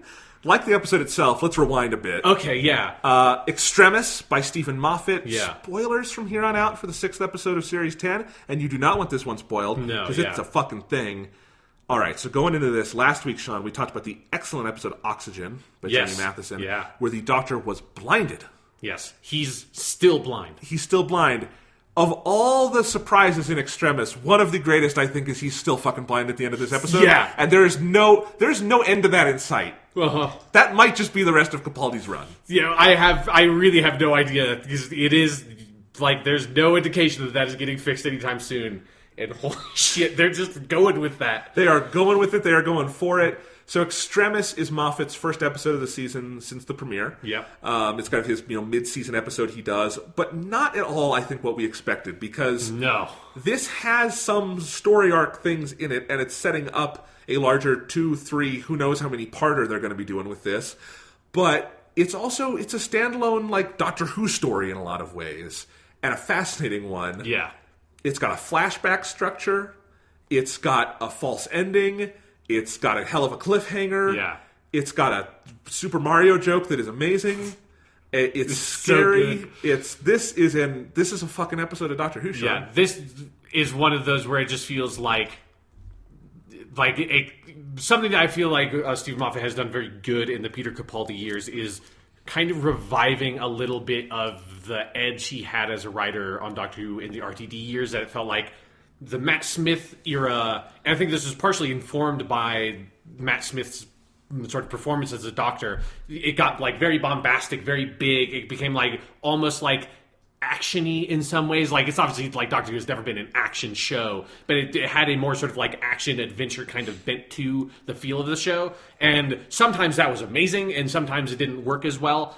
But here, with I think a lot of inspired by Peter Capaldi's more restrained performance of the Doctor, it feels like Stephen Moffat has gone back to this weird, edgy fucking thing, but taken that and fucking turned the dial way up. And the first indication of that was his episode Listen from season 8, which is phenomenal. And obviously, Last Christmas is a really weird, dark, quirky, strange Christmas special. Heaven Sent is the weirdest, darkest, quirkiest. Yeah, like one of the most insane episodes of Doctor Who before this one. Of TV. Yeah, and so like you had that with Heaven Sent, and then now this is like, then it felt like we had a more like heartwarming kind of Stephen Moffat with the Christmas specials, and then obviously like setting up the season had like, that's just like a very sort of like functional episode because it has a very important function it needs to fulfill, and it fulfills that function. And then now we come to fucking Extremis, and Stephen Moffat's like, he's rolling up the sleeves, he's cracking his knuckles, he's going, okay, this is my last season of Doctor Who, I'm gonna fucking work out a cranker with this one. Like, this one's going out of the park. This one's going out of the park and, like, going through the hologram that is the moon that we thought was a moon and is not actually the moon, because that's how fucking... I'm pulling the plug on reality. I'm fucking going for it. And he goes for it in this episode.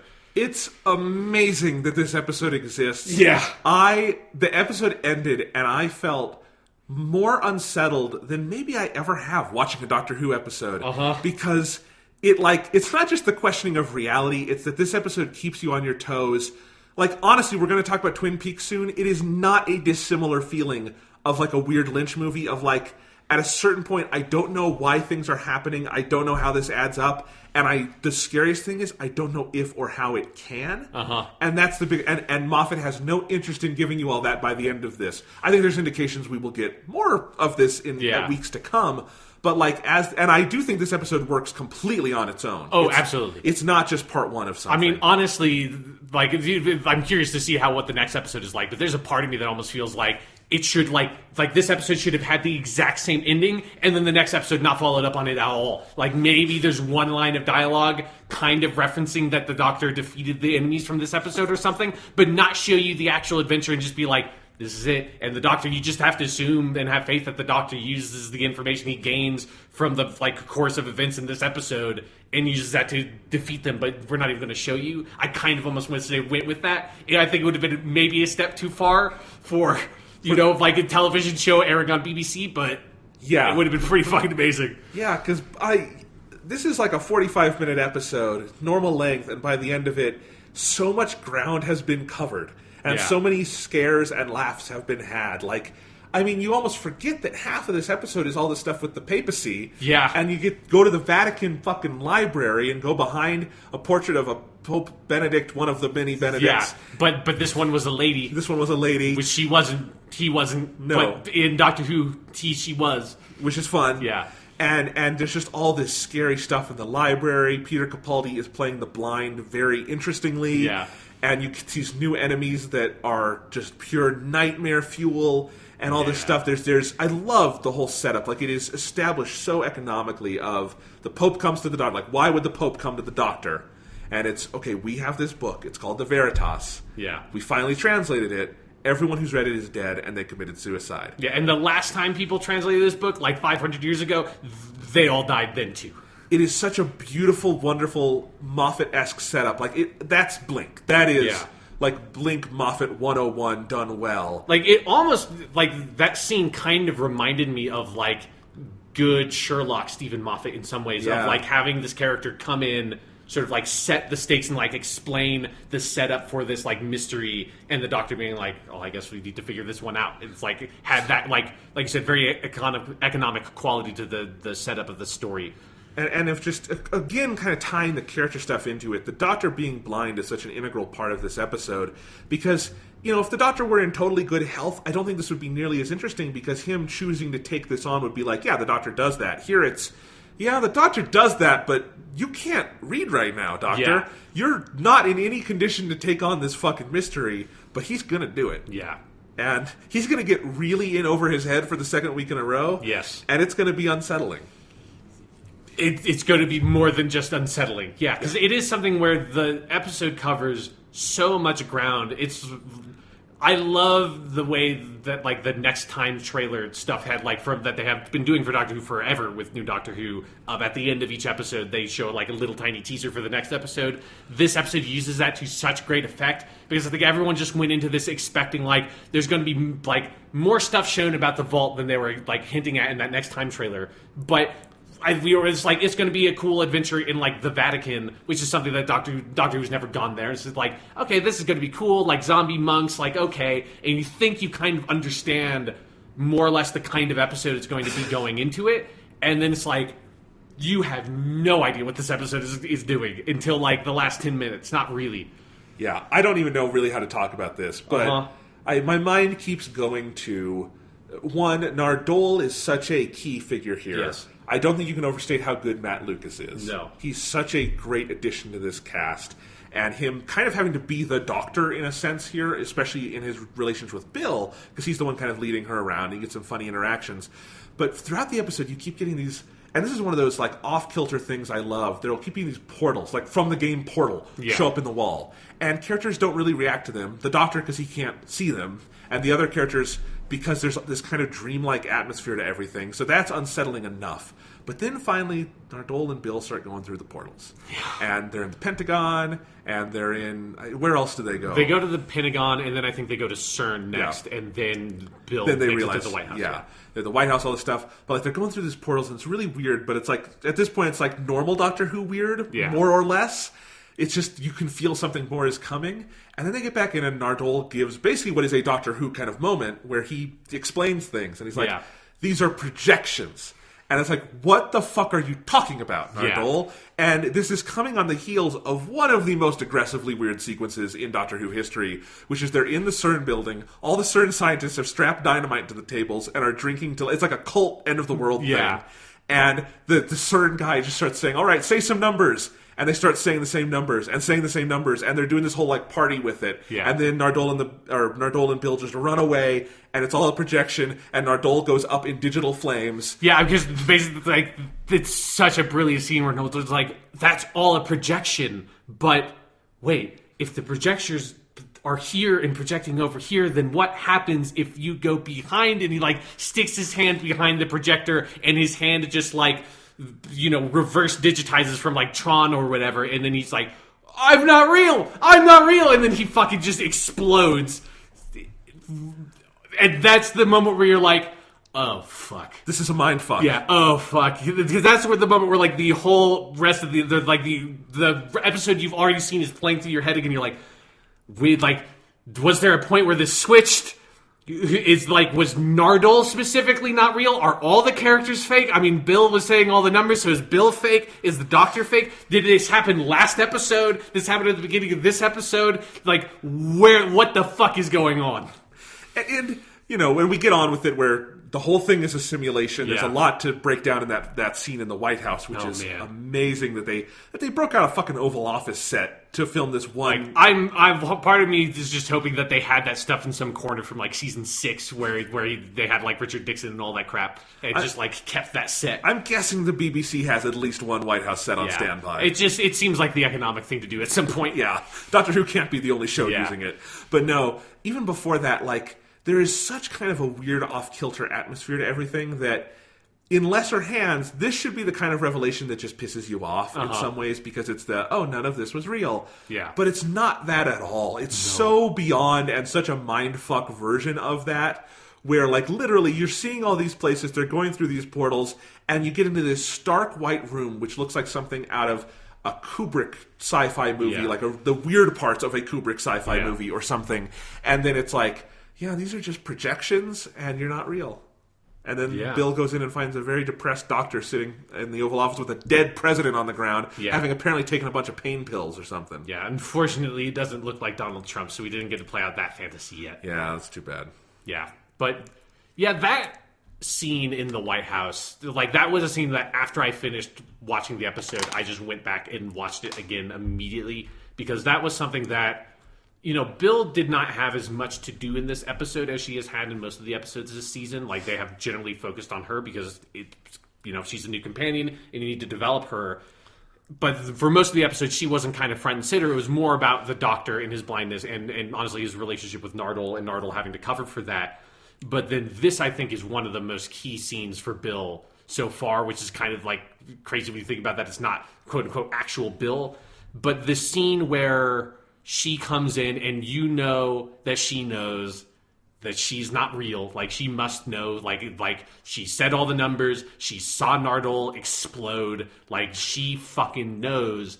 And the doctor knows she knows, but she just can't accept it. And having to sit down and the doctor having to very slowly explain this, all while you're also on pins and needles because you're not 100% sure if the doctor's fake or not. Because that's, even though because for me, like, I knew logically it would make way more sense for him to be fake. Like, it would be, you'd have to come up with a big, weird explanation for why the doctor would be the only one who is not created by this digital simulation. But he's also, like, the main character of the show. Like, the show is called Doctor Who. I know that's not his name, but it's definitely talking about him. And so you just don't think about a show doing an episode of the show where the main character is a, like artificial simulacrum of the main character. And, I mean, he doesn't die on screen, but he dies. Like, that version of the Doctor you follow for the entire episode is killed at the end of this episode. It's like, it feels like maybe Stephen Moffat has some sort of weird sort of like issues with Doctor Who, that he's been on it for so long. He has maybe some like love-hate issues going on, because man, has he killed the Doctor a lot in the past couple of years. If you tally up everything that happened in Heaven Sent, like, he's really sort of like putting the Doctor through the grinder. But even knowing, like, even having seen Heaven Sent, I found it really unsettling to have that like revelation. And again, it's something that, like, I love the way Peter Capaldi plays it. It's so quiet. It's such a quiet, nothing moment when he says, like, I know you said the numbers, and I said them too. And he just said, like, he doesn't like make it a huge reveal. He doesn't say it in a dramatic fashion. He's just talking to her. It's a kind of understated that most Doctor Who performers, past, present, future, can't do, not because they're not good actors, but because those performances just aren't modulated to those places. Yeah. And, you know, like David Tennant, I love David Tennant, great doctor. He couldn't do that scene because his doctor doesn't exist on that wavelength. Peter Capaldi can go that quiet and that vulnerable and hurt and small, kind of. Yeah. And it's terrifying in a totally different way. Yeah, and it's something that scene sells so much about the relationship between the Doctor and Bill, and how different it is from, like, you know, because the only other companion this Doctor has had is Clara. And this episode highlights for me just how different Bill and Clara are, because you just, like, trying to run through that episode in your head with, like, Clara replaced for Bill. Like, Clara is the character that where, like, Nardole pieces out of the episode. That's Clara would have done that. Like, Clara would have figured it out at that point, been like, what is behind this projector? Oh, God, I'm not real, and have evaporated. But Bill is such a sort of, like, innocent, vulnerable character that, like, she's very curious about things, but I think she also, like, understands that curiosity has a cost in some ways, and, like, is not willing to go as far as Clara was willing to go. Because she's a normal, sane person. Exactly. She's a much more normal person. And so, but she needs that talk from the Doctor to sort of, like, process what is happening. And I think it says so much about, like, where the Doctor has come, that he's in a place to sort of give that talk in a way that also, if you think about, like, season 8, 12th Doctor, would probably not have been able to sort of talk to someone that way and, like, be that gentle.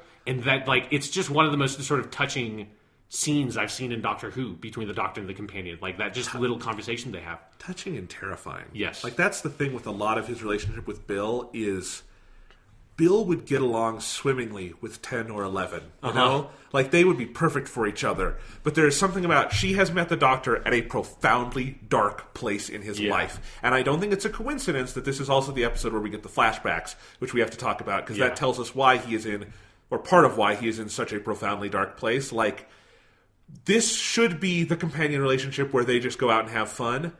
And really, we haven't had that. And there's a reason we haven't had that. They've had moments of that, but every story ultimately has had this. This has been a profoundly dark season of Doctor Who in a lot of different ways. And it really feels like this could be a companion exit where she just flees for her life, you know? Mm-hmm. And it's like, you are amazing, Doctor. You know, I want to be your friend, but this is not healthy for anybody. I'm out of here. Like an angry version of Martha's exit from season 3. Right. You know? Which I've always found kind of an interesting companion exit, because it's so, she just is self-motivated to leave.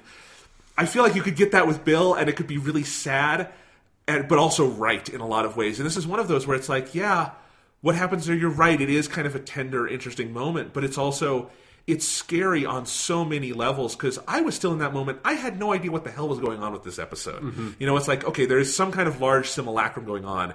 Is Stephen Moffat going, the entire universe is this way? Is this like a Matrix moment where we're going to fundamentally change the show and we're going to suddenly be in Zion and Lawrence Fishburne is going to be the next companion?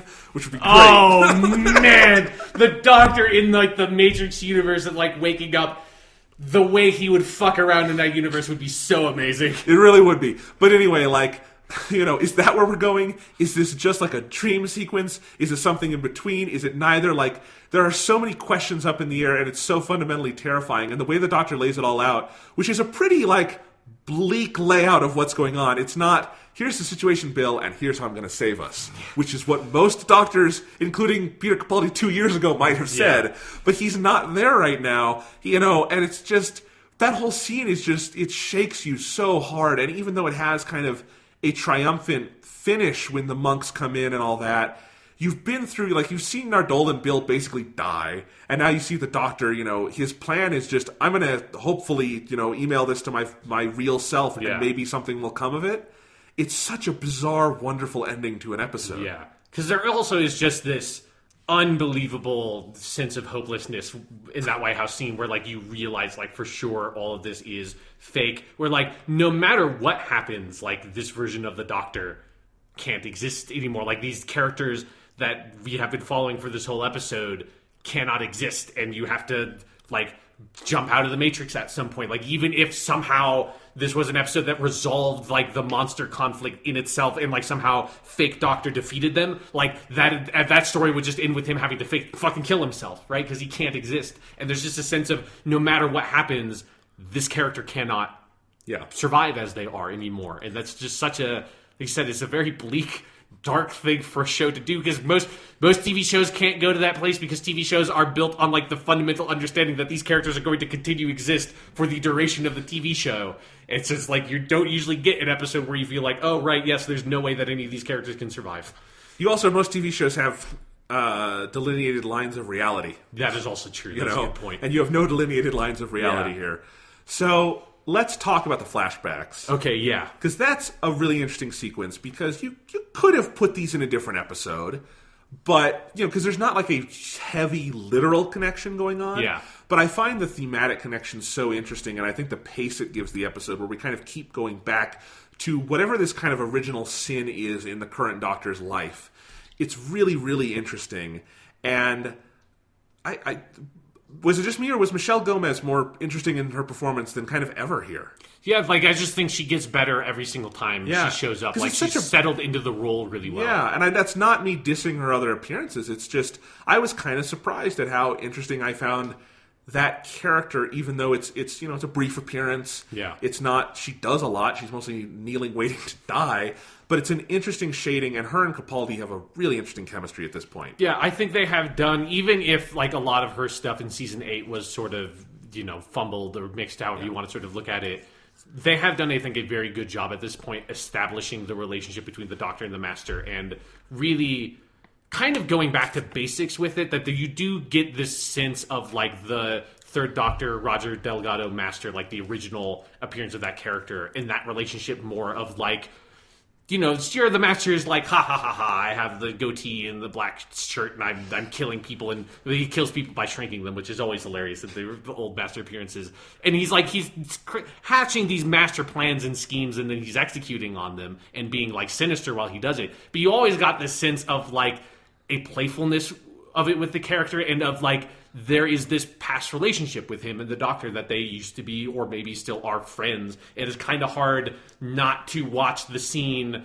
I forget which serial it's from, but I think it might be the Sea Devils. It's a brilliant scene where John Pertwee, the Third Doctor, and Roger Delgado Master sword fight with, like, fins and coils with each other. And it's just like, you get that sense of, like, the Master gets to be dastardly and have fun being dastardly because the Doctor's around, and the Doctor gets to be dashing and heroic because the Master's around. And, like, in some ways they do have, like, opposing ideological points of view, but at the same time those opposing ideological points of view feed off of each other and, like, make each other, like, help each other have fun and play around.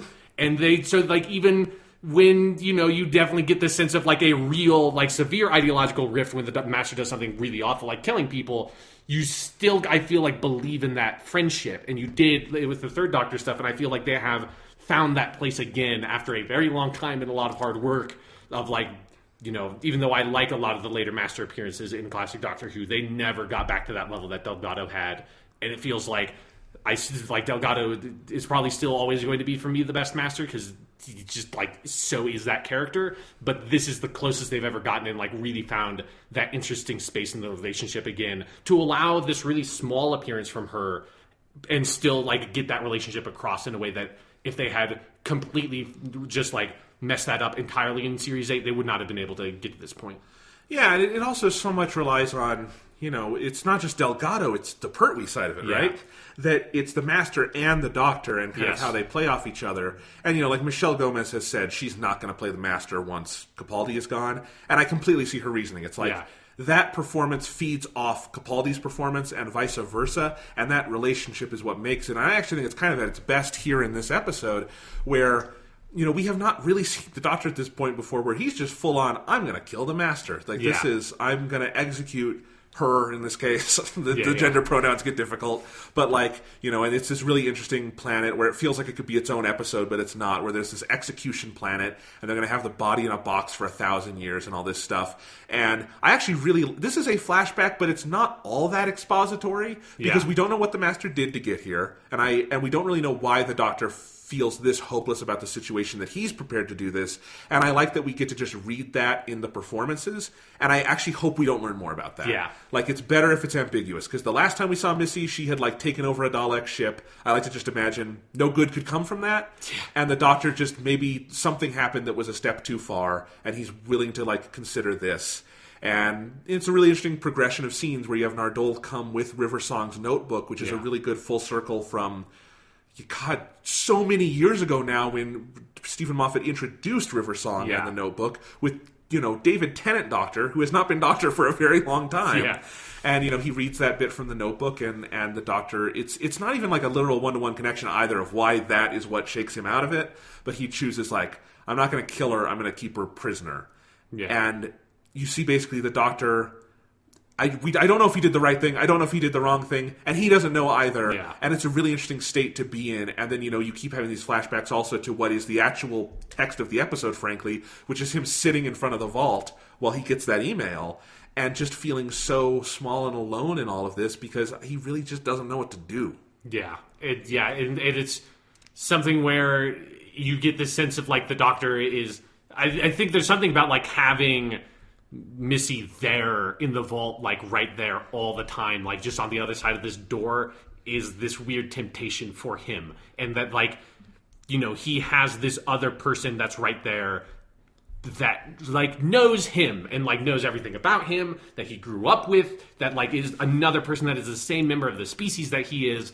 And you get that sense of, like, how lonely of a character the Doctor is most of the time, that, some different interpretations of the Doctor have played up that element more than others. But it is a constant feature ever since, like, the William Hartnell days, especially after Susan leaves, of, like, he's the only person among all these characters that is an alien. Like, he's, no matter what happens, he doesn't entirely fit in wherever he is. And having that character on the other side of that door as a temptation, and you can so understand why. And, like, I guess it was the end of Knock Knock, where he's, like, really giddy about it and goes down and, like, you hear the piano and he brings, like, Mexican food or whatever it is. Like, you can see why he's like that, because it's like he has this other person that he can engage with on a level he just can't with Bill. Like, no matter how, like, great a companion Bill is in both the sense of, like, the show and, like, the actual meaning of the word, she can't have, like, share those experiences that the Doctor could share with Missy.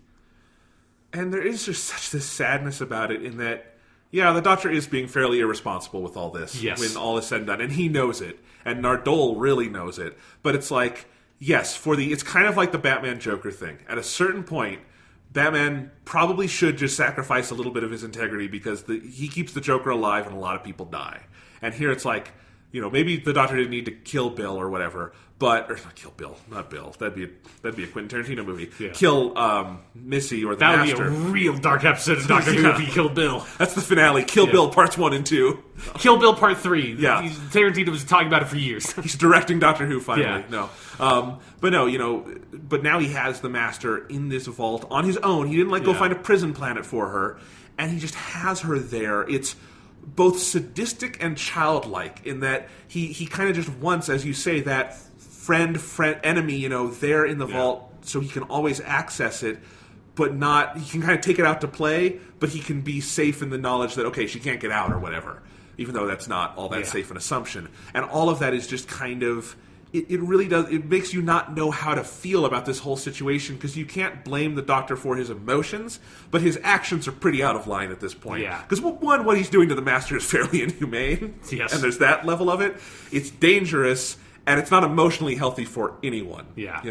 And maybe he had, and it also feels like maybe he did have this hope of oh, maybe I can rehabilitate, but he doesn't seem to be trying that much anymore. Mm-hmm. And I think, one of the things Michelle Gomez does really well, especially when I think the scripts let her do this, is she can play those calm moments where you really want to believe what she's saying, but there's just this little element of it where it's of course she's lying through her teeth. The Master's not going to just become a good person because she doesn't want to die, We've seen this. This show's 50 years old. Yeah, I have seen the Master supposedly die a lot, and the Master always comes back, and the Master is always just as bad as the last time. And it is such a great setup for the rest of this season, because the Master has been the defining villain of the Capaldi years, basically, in a way the Master has not been ever in modern Who. Yeah. And, it does feel like for Capaldi's last season to be... This is obviously going to build to a confrontation with the Master, two of them, because we know John Sim is going to be in this. Yeah. And it feels like that is an emotional bridge this Doctor has to cross, not because of the Master's importance, but because of, I think, what it symbolically represents for the Doctor at this point in the story, Yeah. And it's just coming together in such a way that I think you can definitely understand on another level, maybe why Peter Capaldi would want to leave at this point. It does feel like there's a coming full circleness of bringing the Master in and having her be important in this way, in the way that that's season 8. That's how that relationship was, and it's something that even as much as it's bums me out to think about him leaving the show. This season has been so good that I think it hopefully I will be able to accept it reasonably well when the time comes. There also has been a sense of finality. Frankly, if he announced it around now, I would feel okay, I kind of get it. It was much more of a question mark before the season aired. Kind of and very much kind of like what it was with Matt Smith, where it's and that literally was, they weren't done, Yeah. But it does feel like here, he can kind of go out on top, and Moffat can go out on top and just say they, I think, told the best story they could, and that's all that really matters. Yeah. But this was a interesting episode. Yeah. I mean, so this really rewrites, I think, our expectations for the rest of the season, because we've had a pretty episodic run of Doctor Who so far. This story is clearly continuing in some form, and then we're going to have the stuff with the Master going on. I'm really curious to see what happens, and we've got 6 episodes left. Where does this go? Yeah, I don't one of the big questions is, does at the end of the next episode, is the Doctor's blindness cured? Because the next episode, really interestingly, the next episode is sort of co-written by Stephen Moffat and Peter Harness, who's the Kill the Moon / the Zygon Inversion guy, which is the nicer way to refer to him is the Zygon Invasion / Zygon Inversion guy from last season. Yeah. And that's an interesting split, having them both co-writing, and since that's the last episode that Stephen Moffat has a writing credit on until the finales, I think next episode feels is kind of probably their last opportunity to cure the blindness, unless they're going all the way with it. There is a not insignificant chance they're going all the way with it. Yeah, I really have no idea. I can kind of see both ways of it, because part of me wants them to just go all the way with it and just be that's fucking crazy that over half of a season of Doctor Who was spent with the Doctor blinded. That's so nuts.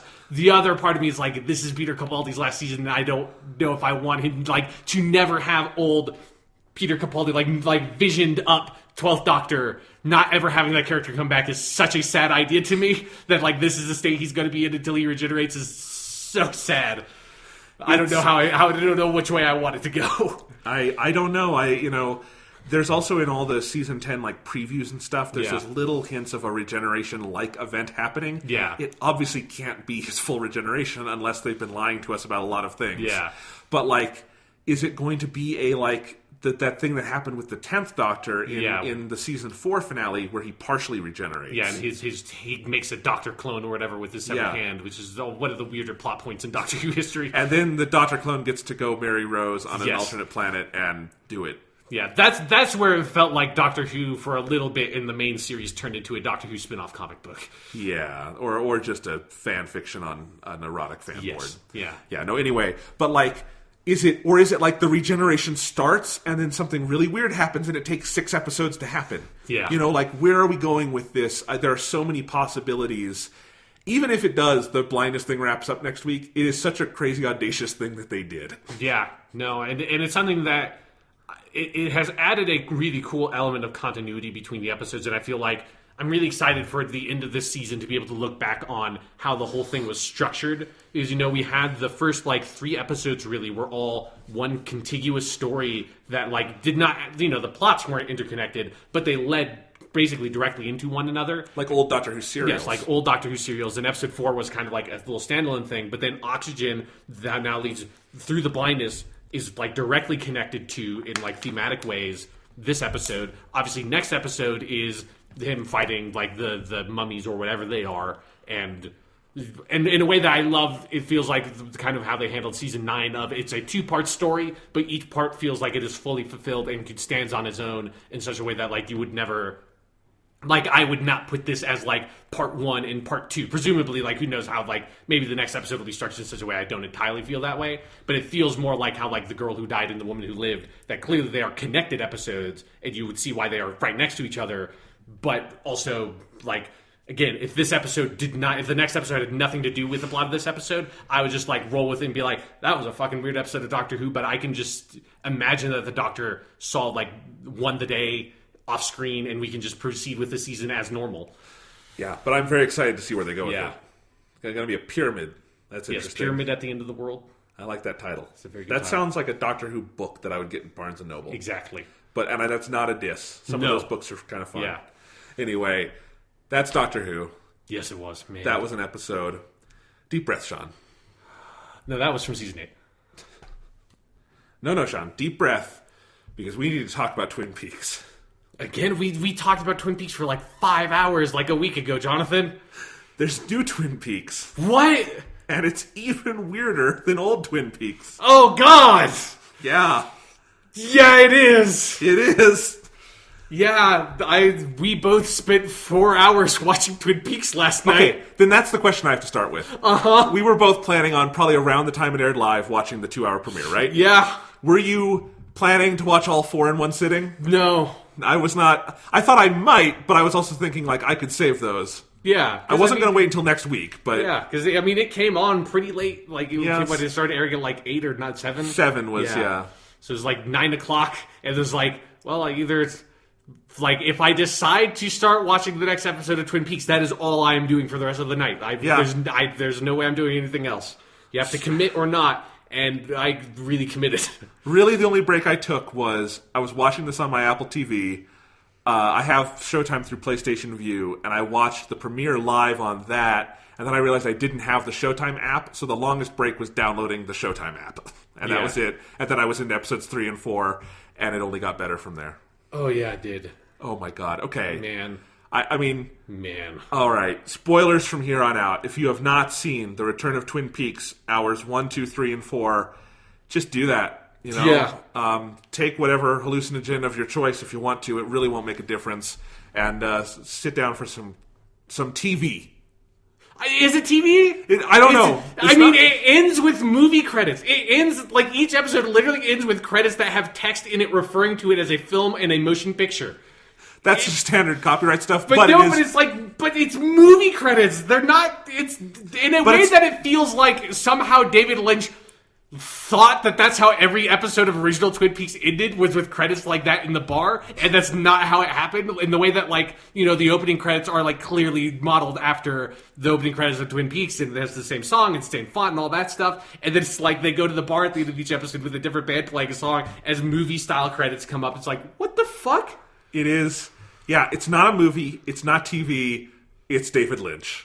Yeah. You know how the HBO used to have that slogan? It's not TV, it's HBO? Yeah. It's not TV. It's whatever David Lynch and Mark Frost want to do at this exact moment. Yes, it is the new designer drug on the street. It is Twin Peaks.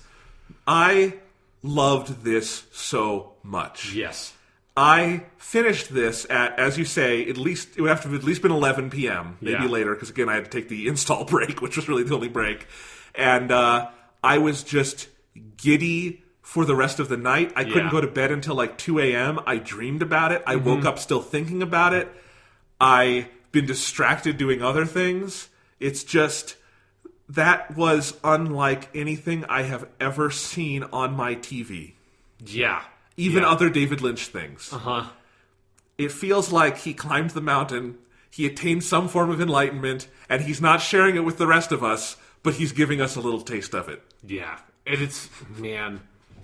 It was such a like weird experience of like, even just before watching it, where I had this weird moment of like trepidation or like anxiety or something. Where I did too. I was like looking at Twitter a little bit before it aired and like seeing kind of how like people were like everyone sitting down and getting ready to watch it. And I just had all these thoughts about like, oh right, like David Lynch hasn't really made anything in like 10 years. It's like, that's a long time to be away from this stuff. And it's like, and I realized like the most modern David Lynch thing I've even watched was Mulholland Drive, and I watched that a couple of days ago. It's like, what if he's lost it? What if it's not good? Like, I just had all of these, like, I just felt really insecure for like the 10 minutes before it started airing in a way I was not expecting at all. I got like really afraid that it would be bad, and how much it would hurt if 18 hours of television directed by David Lynch were bad. It would just devastate me.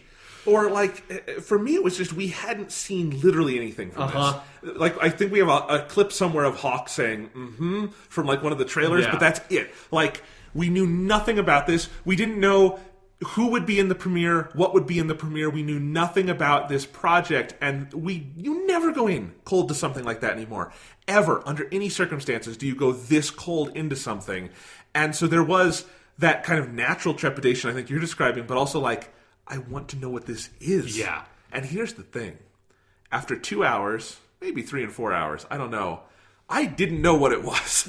Yeah. All I knew was I needed more of it. Yeah, I feel like after episode 3, like episode 3 really put it in perspective in a way that like, I'm just going to call it episode 1 because calling it episodes 1 and 2 is just too much of a mouthful. So like, because it is one episode of television. Like they did not...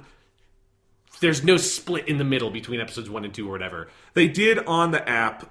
It's got a slightly different ending sequence. Oh, okay. Where it doesn't have a bar thing, but what they did is the scene where it cuts, it's just a cut, and you would just, in the actual episode, you cut to the next scene. It goes back to the giant in the black and white lodge, and it kind of zooms into this gramophone over his shoulder, and that's where the credits show up. It's kind of a fun little thing. But yeah, it's supposed to be a 2-hour episode, obviously. Yeah. So like episode 1 was so... weird, like so, but not in the way, like not in a normal David Lynchy way, all the time. Like in a way that, like let's just put it this way: this is the return of Twin Peaks. The first 3 scenes, if I can remember, like the exact order of them, were you have Dale Cooper with the giant in the lodge and like talking about nonsense. Then it cuts to the therapist from Twin Peaks, Dr. Jacoby. Like, in the middle of the forest, presumably in Twin Peaks, getting a shipment of shovels delivered to him with, like, in a scene that's shot from so far away that you can't make out any of the dialogue. And then it cuts to New York fucking City. Like, the third scene, like, the first 2 scenes don't make any sense. And the third scene of the new Twin Peaks is in New York City, in, like, an apartment high-rise building where some random kid is sitting on a fucking couch watching a glass box that is getting filmed from like 7 different angles by cameras, and in the glass box is a little circular window to the city skyline of New York City, And that's like 10 minutes of the episode is just those 3 scenes. And nothing happens in the one with the kid. You just see him change the fucking memory stick on a camera, and then he talks to the one girl who's like in season 1 of Californication, which is the only season of Californication I ever saw. Deep cut, Sean. Deep cuts. No, but also starring David Duchovny, who appeared in episode 4 of New Twin Peaks in a glorious scene. Yes. No. I mean, here's a good one or two sentence review of New Twin Peaks. The vast majority of it does not take place in Twin Peaks. Yes. And somehow that feels appropriate. Yes. It is this. I mean, that's honestly one of the biggest things I want to start with. Is that this is called Twin Peaks. It's not old Twin Peaks. It is not like when Gilmore Girls or the X-Files came back, and you're like, yeah, this is a little different, but it's more Gilmore Girls or the X-Files. Yeah. This is a different show. It's got similar things, but it is like, it's not, episode 31 of Twin Peaks. Yeah. It is its own fucking thing. It moves at a different pace. It has a pretty different visual style. It has a different writing style in places. It is so its own glorious creation, even in the larger Lynch canon. He's never really made anything quite like this because, on one hand, it has the kind of freeform jazz experimentation of Inland Empire, which is basically 3 hours of Lynch doing whatever the fuck he wants to do. Great. And you can follow it if you want or not, but he's doing it. But it's also cohesive. Like, there is a narrative going on here. Yeah. It extends directly from the end of old Twin Peaks, and it is a surprisingly linear narrative. Like, relative to normal Lynchian conventions, it makes sense. Like, scene to scene, there is a logic to the progression of the story, even if there isn't always a logic of, like, why is Jacoby getting the shovels the second scene of The Return? Like, what's the second scene of the Twin Peaks pilot? It's, I think, like Sheriff Truman getting the call that there's a dead body, right? Yeah. Like, that makes sense. It makes no sense why some scenes are where they are, but there is a progression where there is linearity and there is continuity, but it also has that freeform jazz kind of thing that he did in Inland Empire, and I didn't know those things could work together, but they do, and it's beautiful. Yeah. Because you never know what was going to happen. Like, that was the biggest thing in these 4 episodes, is how consistently surprising I found them. Every time I thought I knew what was going to happen, it very, very much did not. Yes. Like, everyone thought Cooper was going to appear in the box, right? Yeah. He does not appear in the box, at least at first. What appears in the box is scary. It's very scary. And then later on, Cooper appears in the box flying like Peter Pan, and then he just leaves after it becomes he does not just leave. You cannot describe that as someone leaving. Yeah. He, like, a fucking... Like, reality just, like, closes in on him as he gets shot away in, like, concentric squares of the frame that just shoot into, like, the infinite distance. And then he disappears from reality. And then you find out that actually happened, like, before the earlier scene take place where the kids are killed. So they just missed seeing Agent Cooper by, like, 3 minutes. And it doesn't connect to that scene either, because you thought maybe that's a lead up to the ghost, but it's not. Like, throughout episodes 3 and 4, I kept thinking, okay, Cooper is in a vegetative state, but something is going to knock him out of it. Okay, this thing he's going to hear. No, okay, now he's drinking coffee. That's going to... No, nothing I think is going to happen is going to happen. Like, okay, clearly the prostitute is driving him away from the house. He's not going to come back here. No, he's coming back here, and Naomi fucking Watts is his wife. Yeah. They're doing this. It is so... Well, she's not his wife. She's Dougie's wife. She's Dougie's wife. Let's be precise. Dougie Jones. Let's be as precise as we can. Owner of a yellow sports jacket and a green sports jacket. And I'm so sad that Dougie Jones got, like, exorcised into the Red Room or whatever the fuck happened to him. Because I want to know more about Dougie Jones because he seemed amazing. Why he has a son named Sonny Jim? Why he has a son named Sonny Jim? Why he's married to Naomi Watts and yet still he feels compelled to go out with a prostitute in some, like, random, like, house that I guess nobody owns. Yeah, that's... Where all of his, like, crippling debt comes from. Like, what the fuck is up with Dougie Jones' life and his wife? Okay, how do we cohere this conversation? It's not possible. I mean, even for... David Lynch has never gone anywhere quite near the line of metaphysics he did last night. Like... Twin Peaks had its magical realism, which we've talked about. Like, there's little flirtations with other dimensions. In the episodes we saw last night, Agent Dale Cooper came out of an electrical socket. Yeah, he did. He went to space. Yes, he did. He flew to New York City. Yeah. A lot happened to these people Kyle MacLachlan is playing 2 separate characters, one of whom vomited up the alien from Alien, apparently. He played 3 separate characters. We cannot forget about Dougie Jones. This is very true. I mean, and you could even consider, like, Cooper in The Lodge versus the vegetative Cooper different. Like, this went just full-on metaphysical fuck job, right? Or mind fuck. Like, what was that?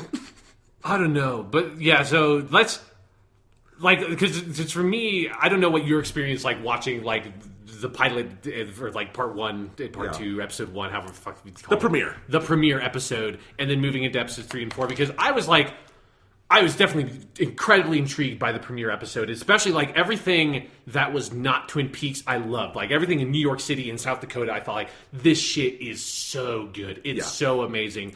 But, like, the couple of scenes that took place in Twin Peaks that, like, you sort of hinted at that stuff, and the stuff in the Red Room did not fully convince me. Like, there's something about the Red Room in the premiere basically, like, serves as, like, an expositionary device in a weird way. Like, the dialogue in there is much more sort of cogent than it's ever been in While coming out of a brain on a tree. While coming out of a brain. Keep this in mind, I did also watch this, like, 2 days after I watched Mulholland Drive for the first time, so, like, it's like a fucking brain on a tree. That doesn't even register as weird to me, okay? So it's like, that's nothing. Like, brain on a tree, I can accept that. I don't even notice it, really. But like what the brain on the tree was telling Dale Cooper was like really sort of like normal expositionary dialogue about, like, he's not in here, like, you need to leave, you need to bring him back, like, and it's just like telling you about, like, yes, you, like, Bob has left. Bob, like the ending of season 2 of Twin Peaks is what you thought it was. Like, Bob has occupied Dale Cooper's body. Dale Cooper is trapped in the Red Room.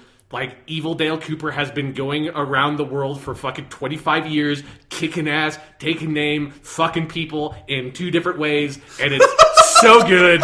As he goes around with a huge briefcase that has a tiny little Microsoft Surface in it, and we will talk about that scene in detail when we get there. But we have evil Dale Cooper's been going around killing people, like, dealing drugs, all of that shit, while normal Dale Cooper has been trapped in the Red Room. And all the dialogue about that stuff was, like, so on the nose. I was like, this is really weird. Like, this is a weird thing, a weird choice to make. To have, like, everything that is about, like, the Twin Peaks as Twin Peaks part of the reboot of Twin Peaks felt like so much of just, like, a one-note continuation of the stuff that happened at the end of season 2 in terms of, like, the plot. But then you have all this other crazy shit going on with the room in New York City and the weird, like, police investigation in South Dakota with, like, the school principal and all that shit is amazing. I was like, I don't know how I feel about the thing as a whole because of that Red Room stuff.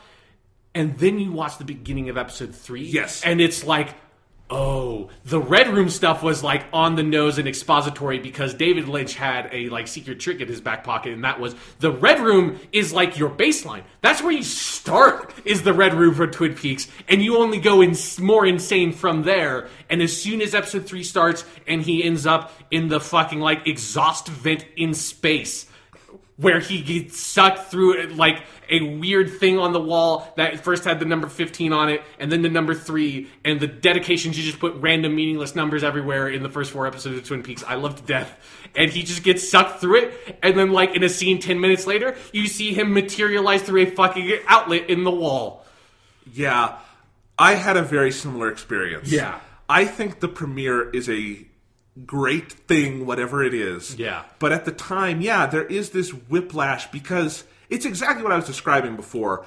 This is Lynch weirder than ever, but also there is a story going on. Yeah. And, like, I think through these 4, I'm so glad Showtime put all 4 out. Yes. Because the 4 episodes, once you get to the end of episode 4, I have no idea where this is going, but I have a very good sense that Mark Frost and David Lynch do. Yes. And that this is a story with multiple pieces that they are taking their sweet fucking time telling, but they are telling it. That, like, there is a reason we went to South Dakota and New York City, and that these are not random places, that this will all cohere, that we're in Las Vegas, that Naomi Watts is playing Dougie Jones' wife.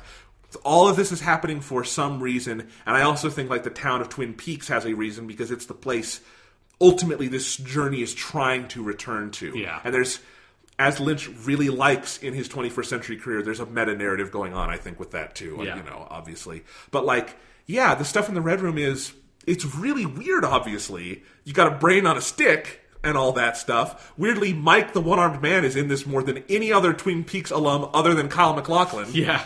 And maybe Hawk. Hawk is in it a lot, Yeah. but, not exactly the A-list, first characters you think of when you think of Twin Peaks. Yeah.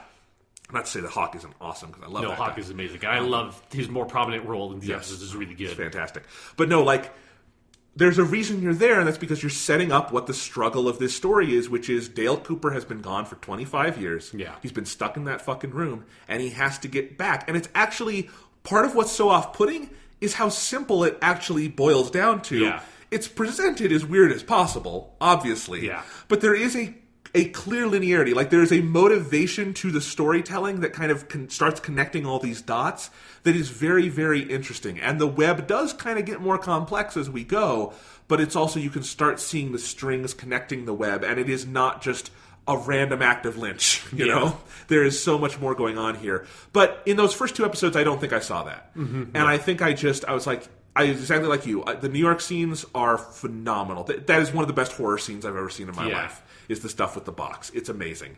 And the duration of it is what makes it so amazing, frankly. Yeah. And those 2 actors, who sadly we will not see again, although who knows, it's Twin Peaks, they were great. Just kind of the Californication lady, as you said. Yes. I don't know her. Apparently the other guy was in Boardwalk Empire, so, we got our the cable TV credits on there. But no, that was amazing. The South Dakota stuff was extremely intriguing. But there was also kind of this sense of, discomfort of, okay, when are we going to get to the story? Or, what's the center of this? Or, when do we see Twin Peaks characters or whatever? Yeah. I don't know what I was... I tried to go in with as few expectations as possible, but it's inevitable that you're kind of, trying to search for the core of whatever it is. And I couldn't find that, and by the end of the 2 hours... I really enjoyed it because, number one, the filmmaking last night was out of this world good in a lot of places. I mean, that Lynch has not lost his fastball. He's kind of gotten better in some ways. Yeah.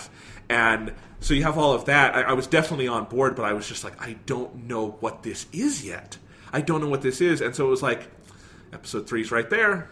I'm not gonna go to bed and not know what this is. Yeah. I have to keep trying. And if after 3 or 4 episodes I still don't know what this is, at least I'll know I don't know what this is. But I had to keep going, and exactly like you, episode 3 blew the back of my mind off and rewired my brain. Yeah. That is an amazing hour of television, or whatever this is. Mm-hmm. And those first 20, 30 minutes in particular, in wherever we were, I mean, that's the closest thing to Eraserhead Lynch has ever done since Eraserhead. Yeah. And it's absolutely on par for me with the titular Eraserhead sequence from that movie where you go through the Eraser Factory. It is so bizarre, it is so funny, it is so dark, it is so beautiful, it is so horrifying, and all of those things exist in complete and utter tandem with one another. And then the back half of the episode was Cooper in the casino, which is one of the single funniest things I've ever seen in my life. Yeah. Just, the whole...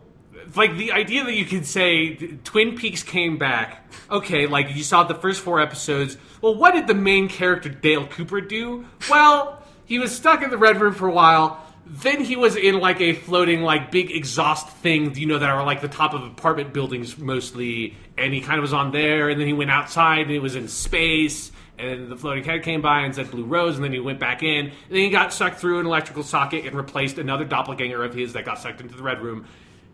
And then he just walked around a casino for about an hour and a half, pulling levers and getting jackpots, to the point where a homeless lady started referring to him as Mr. Jackpot.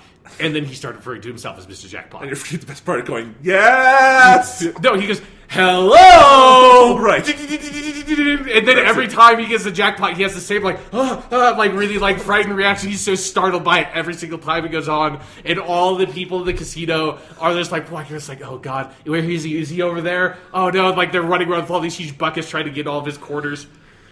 It's so bizarre.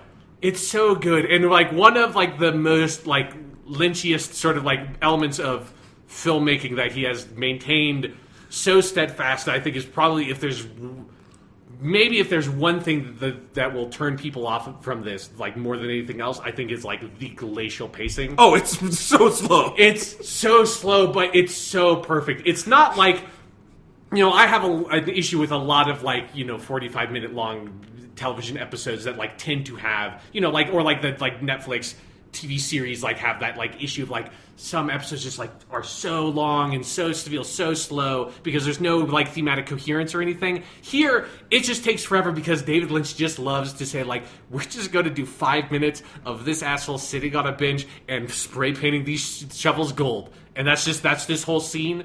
If there's no line of dialogue, no other character enters, there's no like explicit piece of information provided to you in this entire 5-minute scene other than that Dr. Jacoby is spray painting these shovels he got in the pilot gold. I really do have a hope deep down that that's like one thing that does not cohere with anything else. And I hope that the twist is like we find out like 5 episodes later that he just like buys shovels, spray paints them gold, and sells them for a little bit more than he bought them, and that's how he like makes his living or something, and that's all it is. I hope that's it, and it's just a little sub-narrative going on in the background that Lynch found funny enough to make the second scene of the revival. Yeah. No, you're absolutely right. Yeah, that is the thing to talk about, the absolutely glacial pace. And look, there are a lot of things that are going to turn people off about these episodes. Yeah. This is not the Twin Peaks you saw in 1990. No. This is, because even though Twin Peaks is a deeply weird show and all that stuff, I do think it's a show that I could get a lot of people not normally interested in this kind of thing on board with. Yeah, because there's a very clean hook. It takes a little while before the show gets actively weird. It's got a lot of characters you can easily latch onto and locations and stuff. It is in structure, it's a fairly traditional TV show, and that's part of what makes it so perverse, and subversive is what I'm trying to say. This is not anything like that. It is glacially slow. It takes such joy in hitting the brakes and just letting things go at their own pace, and having pauses between the characters' lines and just letting scenes breathe and having a very distinct and precise sound design that is nevertheless often very, very quiet. Yeah. And I dug it to hell. Mm-hmm. I found it utterly riveting. Even when I didn't know what to think of things, I was on the edge of my seat. I just could not wait to see where things were going. I was just so drawn in by that. Again, I watched 4 fucking hours of this thing in a row, and I never once felt like I want to go do something else. Yeah. And I cannot wait for more. I'm sad when we're going to have only 1 hour a night. Yeah. That's not going to be nearly enough. But yeah, it is glacially slow, and yet it makes those moments when things go cattywampus, as they are. I don't know what other word to use. It just makes them so much more powerful. Yeah. Because you wait and you wait and you wait. And sometimes the waiting is the thing, because he is definitely doing an avant-garde film tradition of playing with duration. And that is what the shuffle scene is. Yeah. That is what, frankly, a lot of these scenes are. And I think they're fascinating and beautiful in that way. That's what a lot of the box stuff is, even though it does ultimately lead somewhere. Where it leads, I don't know. But it does ultimately lead somewhere. But then, you do have, the duration so feeds into that box, set piece where the teenagers, and again, it's David Lynch taking the most cliched thing he possibly can of 2 kids, having sex where they shouldn't be having sex and getting killed for it. Yeah. And making it so utterly Lynchian, where it is slow, slow, slow, where we have to have the whole scene of the guy watching the box. And then Tracy comes in, and he talks to Tracy, and they have this wonderful back and forth, where those actors were born to read Lynch dialogue. Yeah. And she gives him the coffee, and he's like, no, you can have both lattes and all this stuff. And you can tell, okay, Tracy wants to come in because she wants to be with this guy. Maybe they're together, maybe not, whatever. But then we get more of him watching and changing things out. And then he hears the elevator, and he goes out as Tracy again. But now the guard's not there. They don't know why the guard isn't there, so they go and check the bathroom. And then they come back in, and they start drinking their coffee. And one of my favorite moments is he gestures towards the couch. And instead of just stepping on the dais and going to the couch, he leads her to the 2 stairs. Yeah. And they go up the dais, and then they sit on the couch, because David Lynch is not going to let them just step onto the dais. Yeah. They're going to walk up the stairs. And then they sit there for a while, and then she starts, kind of getting frisky with him, and she gets completely naked, and he gets completely naked, and they start fucking, and then things start happening. Yeah. And because something is going to happen, but Lynch is not going to show you it until he is damn well good and ready. Yeah. And it's there's something about, you said earlier about these actors being born to read Lynchian dialogue. It's, I think, one of the greatest marks of how you can tell of how good a director he is that he can get these exact same performances out of fucking any actor. There's something he can do. It's the most oddball, weird fucking performances, where for the longest time I thought the dude who apparently is from Boardwalk Empire, I thought he's a fucking government employee. He's there's something like crazy about this dude because he seems totally insane, whereas Californication Lady seems like relatively normal. It's like, oh, this is like a relatively normal performance of a woman that is clearly like romantically interested in this dude and is trying to kind of get something going. And he's just like every single line, there's like just too long of a pause between every single word. Hello, Tracy. Yeah, hello, Tracy. It's like, oh no, the guard's not here. Oh, that's weird. We should look for him. It goes to the room. Yeah, he isn't here, Tracy. It's just like every single line he says is so insane, and it leads to nothing specific. Like, it's nothing, like, you never find out, and I don't think we're ever really probably going to go back to those characters and find out that he was some, like, fucking, like, secret agent dude or something crazy. He's an intern, basically. Yeah, he's a college student. Like, they are both college students who kind of know each other, and that's it. And it's like, all of that acting was more just to, like, build the mood of those scenes, and then, you know, then they just get killed. And it's so amazing to me that he can get those performances from, like, because there's like that exact character is in like every single Lynch thing. Like, he gets those performances from fucking every single actor he's ever worked with, and it's so amazing. That character could have been Jack Nance, exactly, in Eraserhead, you know.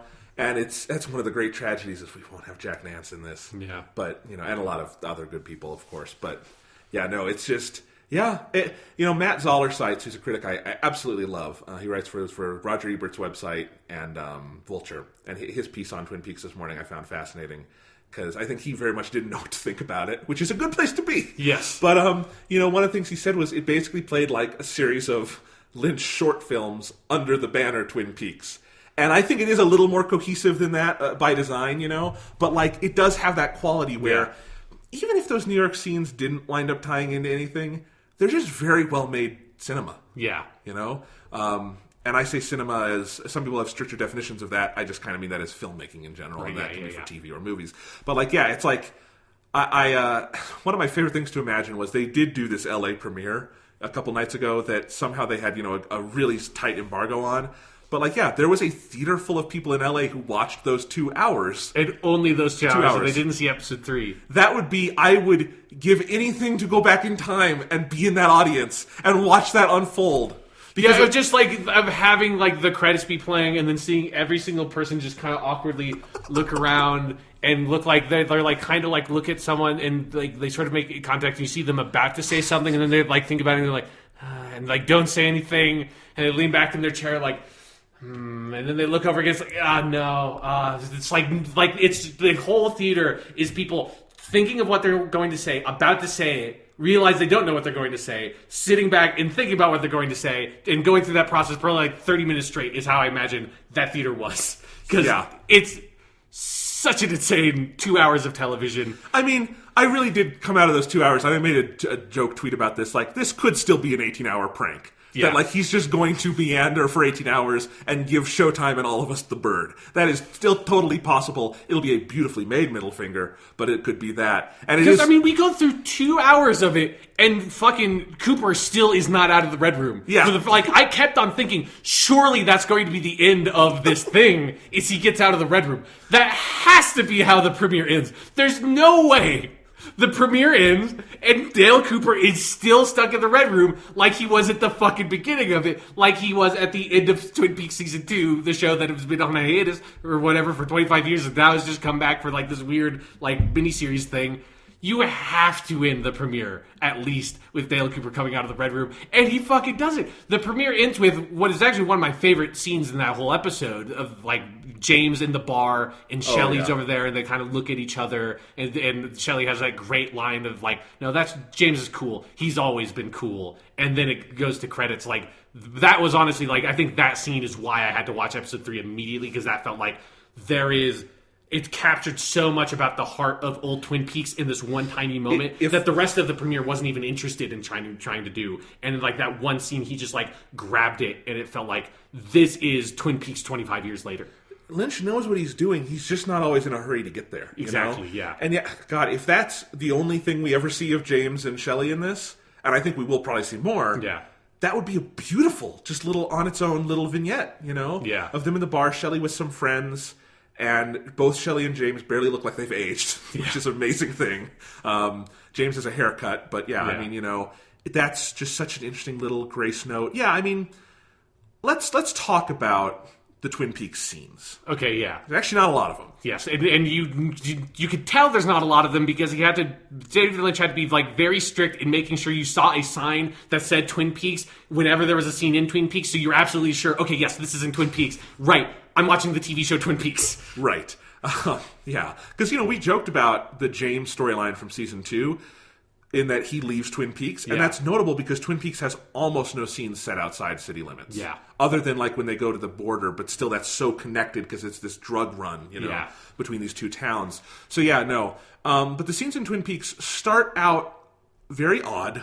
Yeah. And very kind of, I don't even know what to say, kind of off. They don't feel quite right, even for Twin Peaks. Yeah. But I really did think, further we got into things, I found more of a purpose and a pattern in that, and a beauty in that occasionally. Because I think that scene with Shelley and James is beautiful. I think the stuff with Bobby in the police station is outstanding. Yeah. And I think the further you get into the police station stuff, which is very clearly the heart of Twin Peaks, that space at the moment on this show, I thought it just got kind of better and better. Yeah.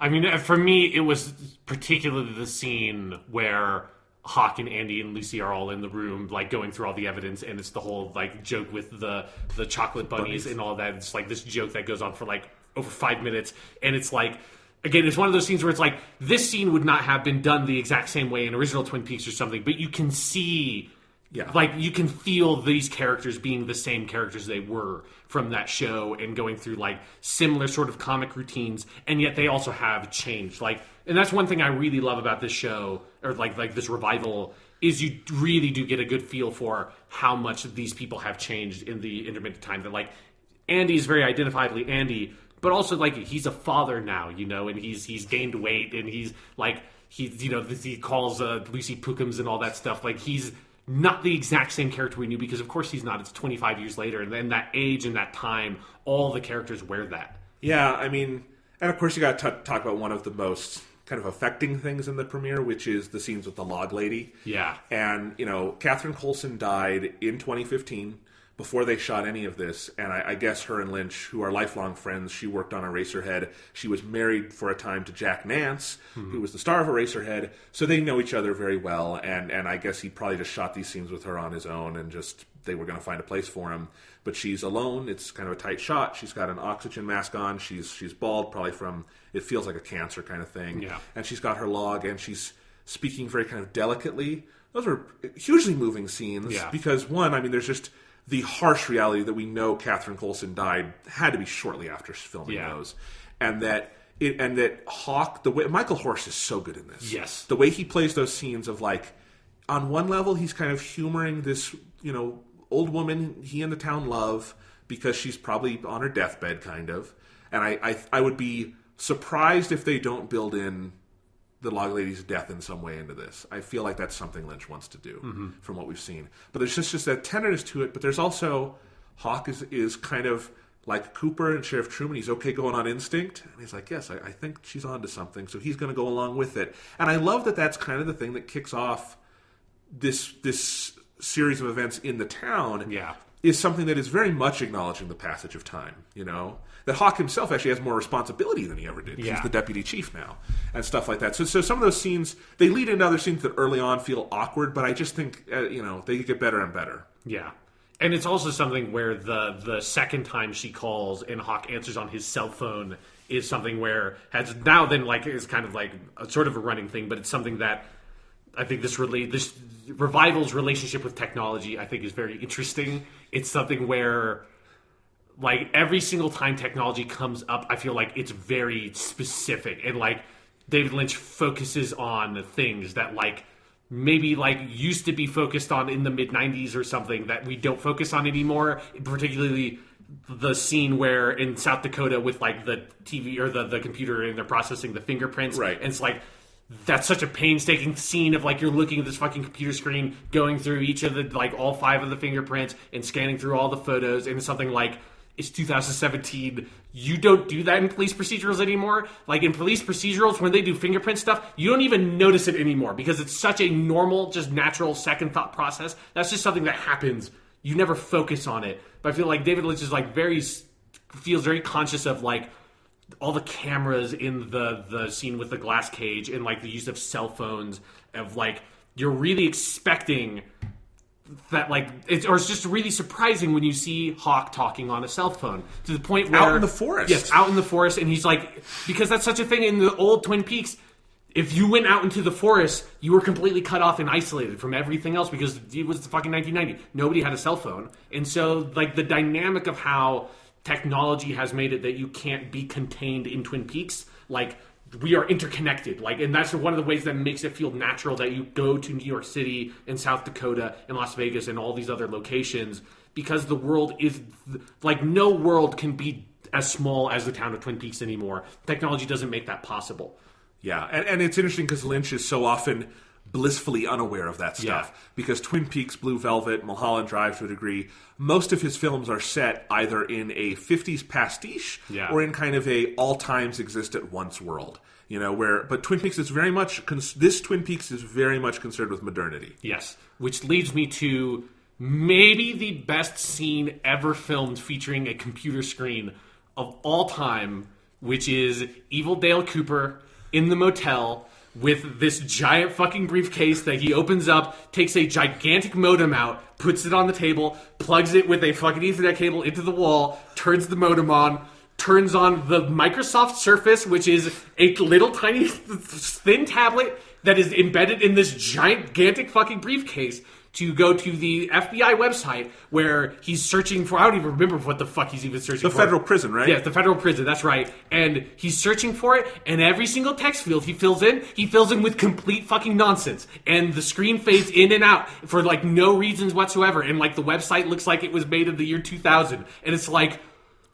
this is so amazing. This is, like, the most gobbledygook use of technology ever, but is so, like... But to the extent where it has to be intentional. It's not just that, like, David Lynch is an old man who doesn't get computers.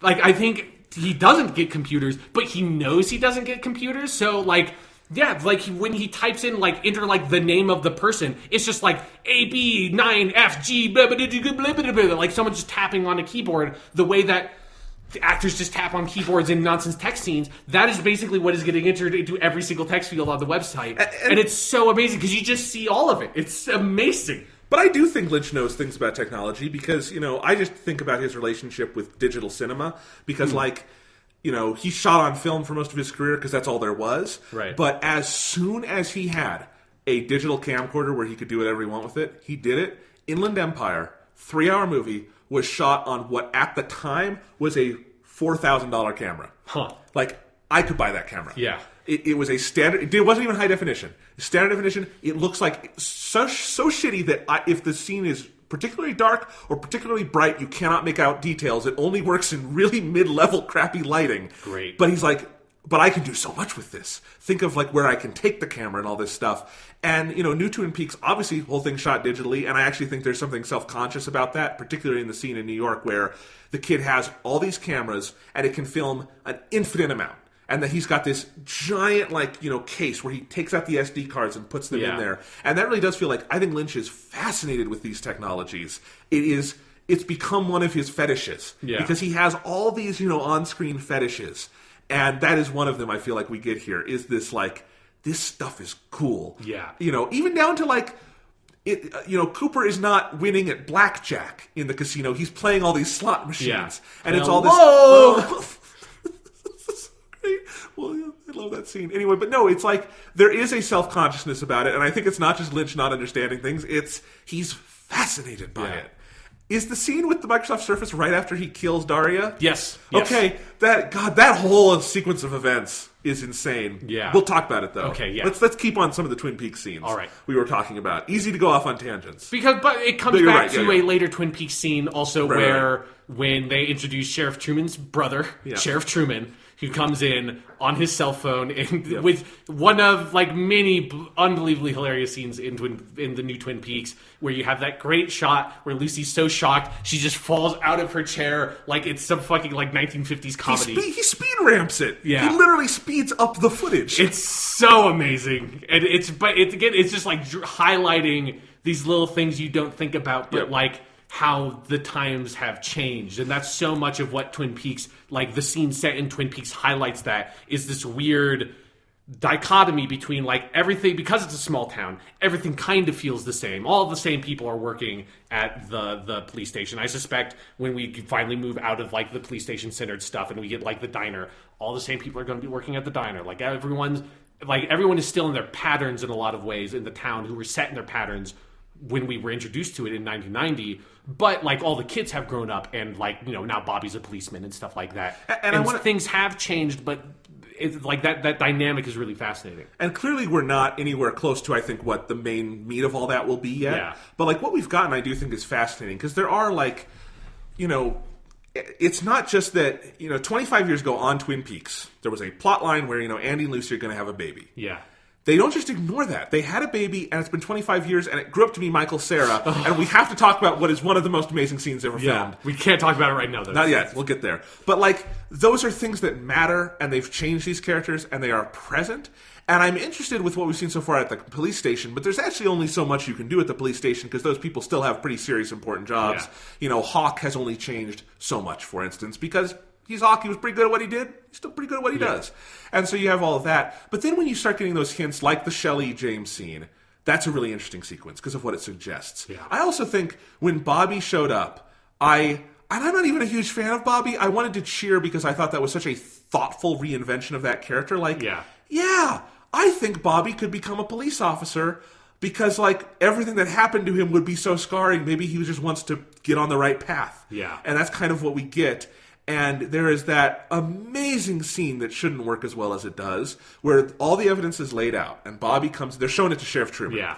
New Sheriff Truman. And Bobby comes into the room and sees the picture of Laura Palmer, and we get the Laura Palmer theme for the first time. They're actually very judicious with the music they use here. They're not just throwing out the Badalamenti themes right and left. And he just starts crying. And it's a specific callback, I think, to episode 14 of the original show, which is where Maddie dies, and Bobby has like this instinctual, empathetic thing where he starts crying at the roadhouse. Yeah.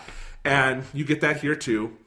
And he starts crying, and it's like, yeah, it's been 25 years, but this is something that would have shaped Bobby's life. Yeah. And, like, it would be so hard to be reminded of that. And it's heightened in the way Twin Peaks is heightened with these things, but it's a weirdly beautiful scene. Yeah, and I think it also, like, just invites, if you're, like us, the huge fan of Fire Walk With Me, like, that movie changed so much of that relationship that it immediately made me think of, like, right, like, because it's not just the death of Laura Palmer. It's, like, the life of Laura Palmer and how much Bobby's life was, like, changed by that. I mean, you know, he did cocaine. He fucking killed a guy in Fire Walk With Me. Like, that, all that stuff happened. And, like, there's that, like, having that scene, I feel like it's like, if you're a fan of Twin Peaks, like, should bring to your mind all of that stuff and, like, that, how complex that relationship was. Yeah, I mean, none of these character appearances so far are random fan service. Yeah. And I've seen some people say, like, oh, those are the scenes that feel like Lynch's heart isn't in it. I see where some of that sentiment comes from. I just disagree with it. Yeah, me too. You know, because I can see early on sometimes it does feel that way. But I do think, and part of that is because those are the most direct comparisons we have in filmmaking styles, and he is directing this very different than he directed old Twin Peaks. Yeah. And I think that's just some of it, and once you settle into the rhythms, it's all good. But yeah, I mean, I think they're very interesting, and we've seen so few of these characters. We didn't even talk about the Ben and Jerry Horn scene. Oh, yeah. That is, it has nothing to do with anything else in the episode. Maybe it will more because Ashley Judd is playing his secretary. Yeah. And that feels like a significant piece of casting. But, like, that is a hilarious scene. And also, like, yeah, Ben Horn would still be doing his thing. Yeah. And Jerry would absolutely be selling legalized marijuana in the state of Seattle. Of course he would. So good. He comes in with that beard and everything. It's so good.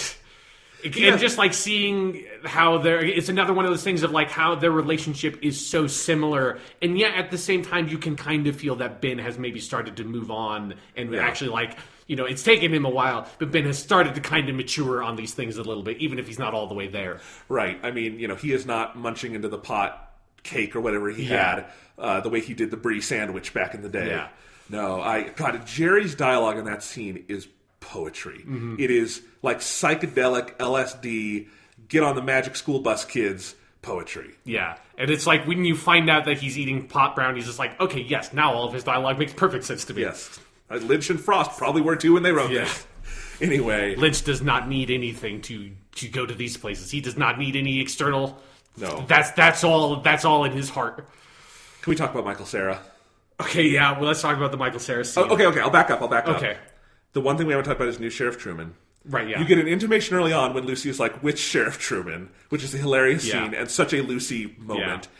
But later on, you get Robert Forster, and here's the thing. I did know going into this that Michael Keane is not in this. Yeah, me too. Because he's I don't know if he's sick. I haven't heard anything about that, but he is retired, and I guess he doesn't want to act anymore, which is his right as an American. Yeah. So, but he didn't want to be in it. They hired Robert Forster. He's been credited in the show notes as Sheriff Truman, so I thought maybe they just recast him. And Robert Forster would be a great recast for Sheriff Truman because he'd be great for fucking anything. He's Robert Forster. But so when it started, I'm like, maybe that's the same character. I don't know. And then it's like, no, of course, this is a Lynch thing. It's his brother who came to town probably because other Sheriff Truman is sick or something. Yeah.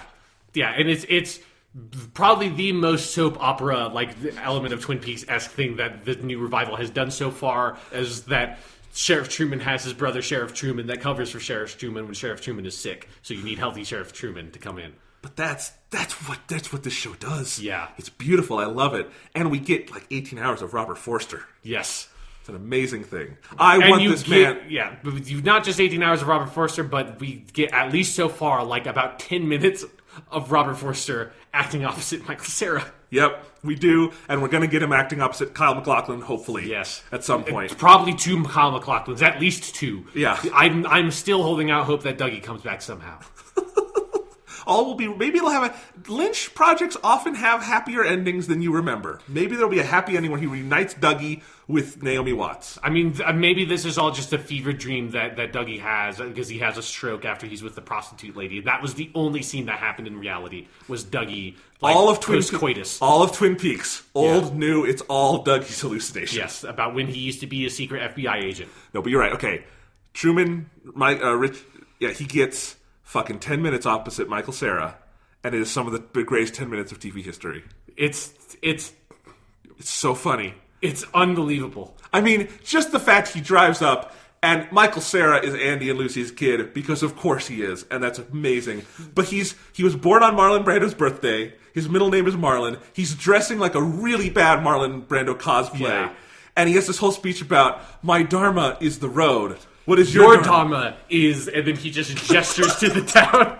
But you forgot the best part of his costuming. It's not that it's like he's dressing up like a Marlon Brando costume reject. It's that he's dressing up as a Marlon Brando costume reject, and he has his name Wally sewed into the jacket in bright white thread in this really stylized 50s font. And so he's just it's right in basically the middle of the frame. So you're just staring at the name Wally constantly while he's talking. Because it's one setup too. It's one shot on Wally. It feels like it was one take, I think, of just Michael Cera just learned all those lines. Maybe he improvised some of it. I have no idea. But it feels like, Michael Cera is an actor who has been in some interesting stuff, mostly comedic roles, but it feels like he was born to play Wally on Twin Peaks somehow. He so was. That scene is so funny. He has the whole thing about, my dharma is the road. He says, I've traveled from Alexandria, Virginia, here to Spokane, Washington, following the path of Lewis and his compatriot Clark. The first 2 Caucasians to see this part of our great country. It's so fucking funny. It's like someone read Jack Kerouac and got high and wrote 10 minutes of dialogue. It is so funny. It just goes, it goes, it goes. And the whole time I was just imagining what this kid's life was like being raised by Andy and Lucy. And yes, he would turn out like this somehow. Somehow this is the product of that unholy union. But this is what I love about David Lynch. He's in his 70s. Yeah. He's built such a career. He would never have to direct another thing to prove himself. He gets this opportunity, and he is so playful with it. Yeah. These 4 episodes, and you don't realize it in just the premiere. Yes. But if you watch the premiere in 3 and 4, you realize this is such a playful version of Twin Peaks. And he is absolutely willing to take the time to invite Michael Cera out to set to have him play Wally Marlon, or whatever his name is, Wally Brando. I forget what the middle name he gets is. I think it's Marlon. Yeah. And just to goof like this and then keep it in the show because he can. Yeah. It's amazing that he wanted to do this and just be this playful with it. I love that. And just because the best part about the comedic setup is that it is just this like reverse shot of like, and it's like the same shots, and it's like this 5 to 10 minute scene, and the reverse shot is just Robert Forster desperately trying to find a way to end this conversation, and he can't. Like, may the road rise up to meet your wheels. That's a beautiful turn of phrase, Sheriff Truman.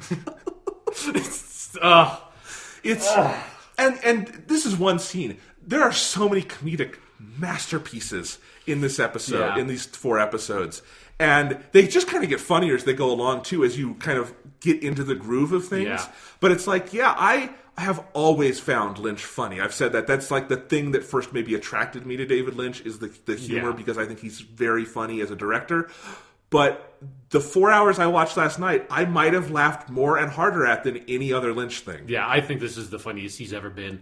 Because it's also like the other side of like the more familiar Twin Peaks stuff is you don't get any of this in the premiere, I don't think, but in episode 3 is when you cut to the FBI. Yep, we have to talk about this. Gordon Cole, played by David Lynch, obviously, and then you have Albert with Miguel Ferrer, who unfortunately has passed away since his performance. But you get them there, and that's where you get the follow-up on the New York scene. But before that, you have this unbelievable scene that feels like it's like from the beginning of Fire Walk With Me or whatever, where they're going through these like, it's like these 6 pieces of evidence on the table that's like all these just random items, and they're talking about some insane case. You have no idea what they're talking about. And then at the end, it's just Gordon Cole going, "It's the congressman's dilemma." It's just like, then they just move on. Gordon Cole is so good in this. Like, I thought Gordon Cole was a funny character in the original series.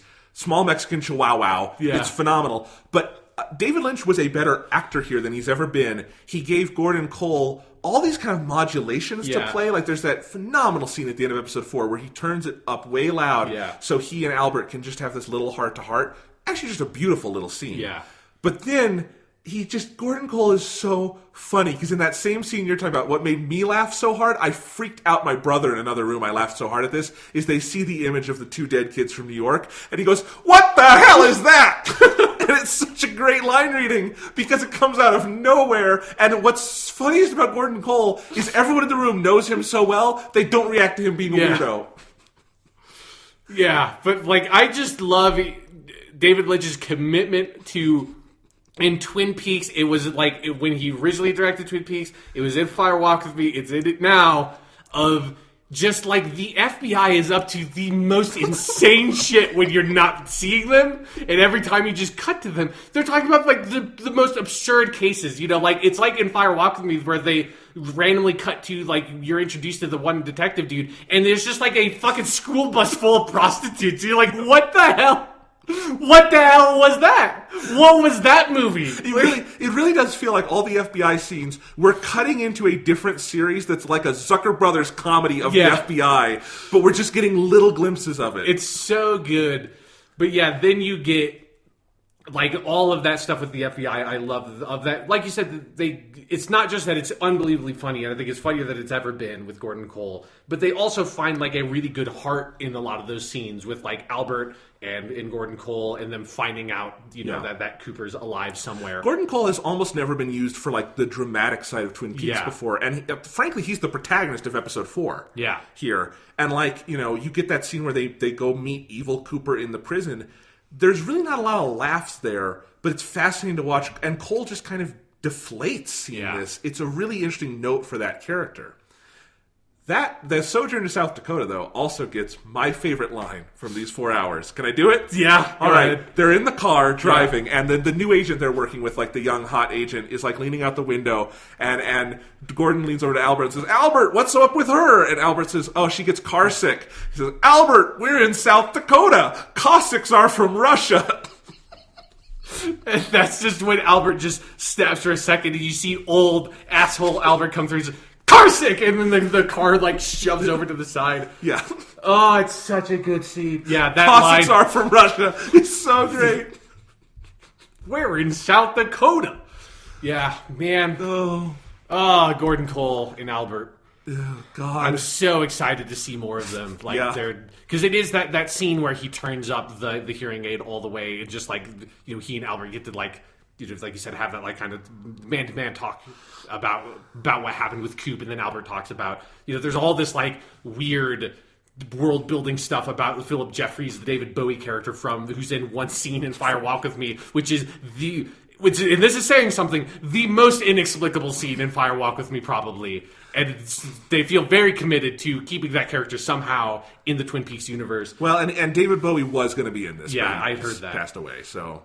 Yeah, so but like that whole scene, it's something that you just never saw on old Twin Peaks. Like you did see more of that side of Albert as the series went on, but even then, like he was mostly used as a straight comedic character. And here, like both of them get to take on a much more dramatic role, and that's really interesting. It's a character territory they've not really ever broached before. It really is funny. I think if you had told me we were going to get 4 hours of new Twin Peaks and Kyle MacLachlan would really never play Dale Cooper in those 4 hours, I would have been worried about that, because that's like, if I had one expectation, it was Cooper. And we didn't get that, and I'm so okay with it. One, because MacLachlan gets to do so many other amazing things. Yeah. But also because where they choose to pick up the slack is so interesting, and I don't feel like I'm missing things at any point. Yeah, like both the returning stuff, like the FBI, feels like the FBI sequences in episode 4 feel like the most significant like element of a returning Twin Peaks character that's not Cooper or Bob. And that stuff's really good. But then also they fill it in with so much new stuff, like the murder case in South Dakota and like the New York City stuff, that you never feel like I said, you're never missing out on something, because you're getting something new while the old is kind of very slowly creeping up until eventually there's going to be some kind of resolution to that or something. Yeah. Who knows? So 2 more things before we... I want to go to South Dakota, because we talked about New York, Twin Peaks, all the FBI, all this stuff. Miguel Ferrer is so good. Yes. And, so melancholy, kind of seeing him, rise from the dead to play this kind of, from our point of view, but also so like, thank God he got to do it. Yes. Because he's fantastic. And that's great. Also the David Duchovny scene. Oh, yes. Yeah. That was very good.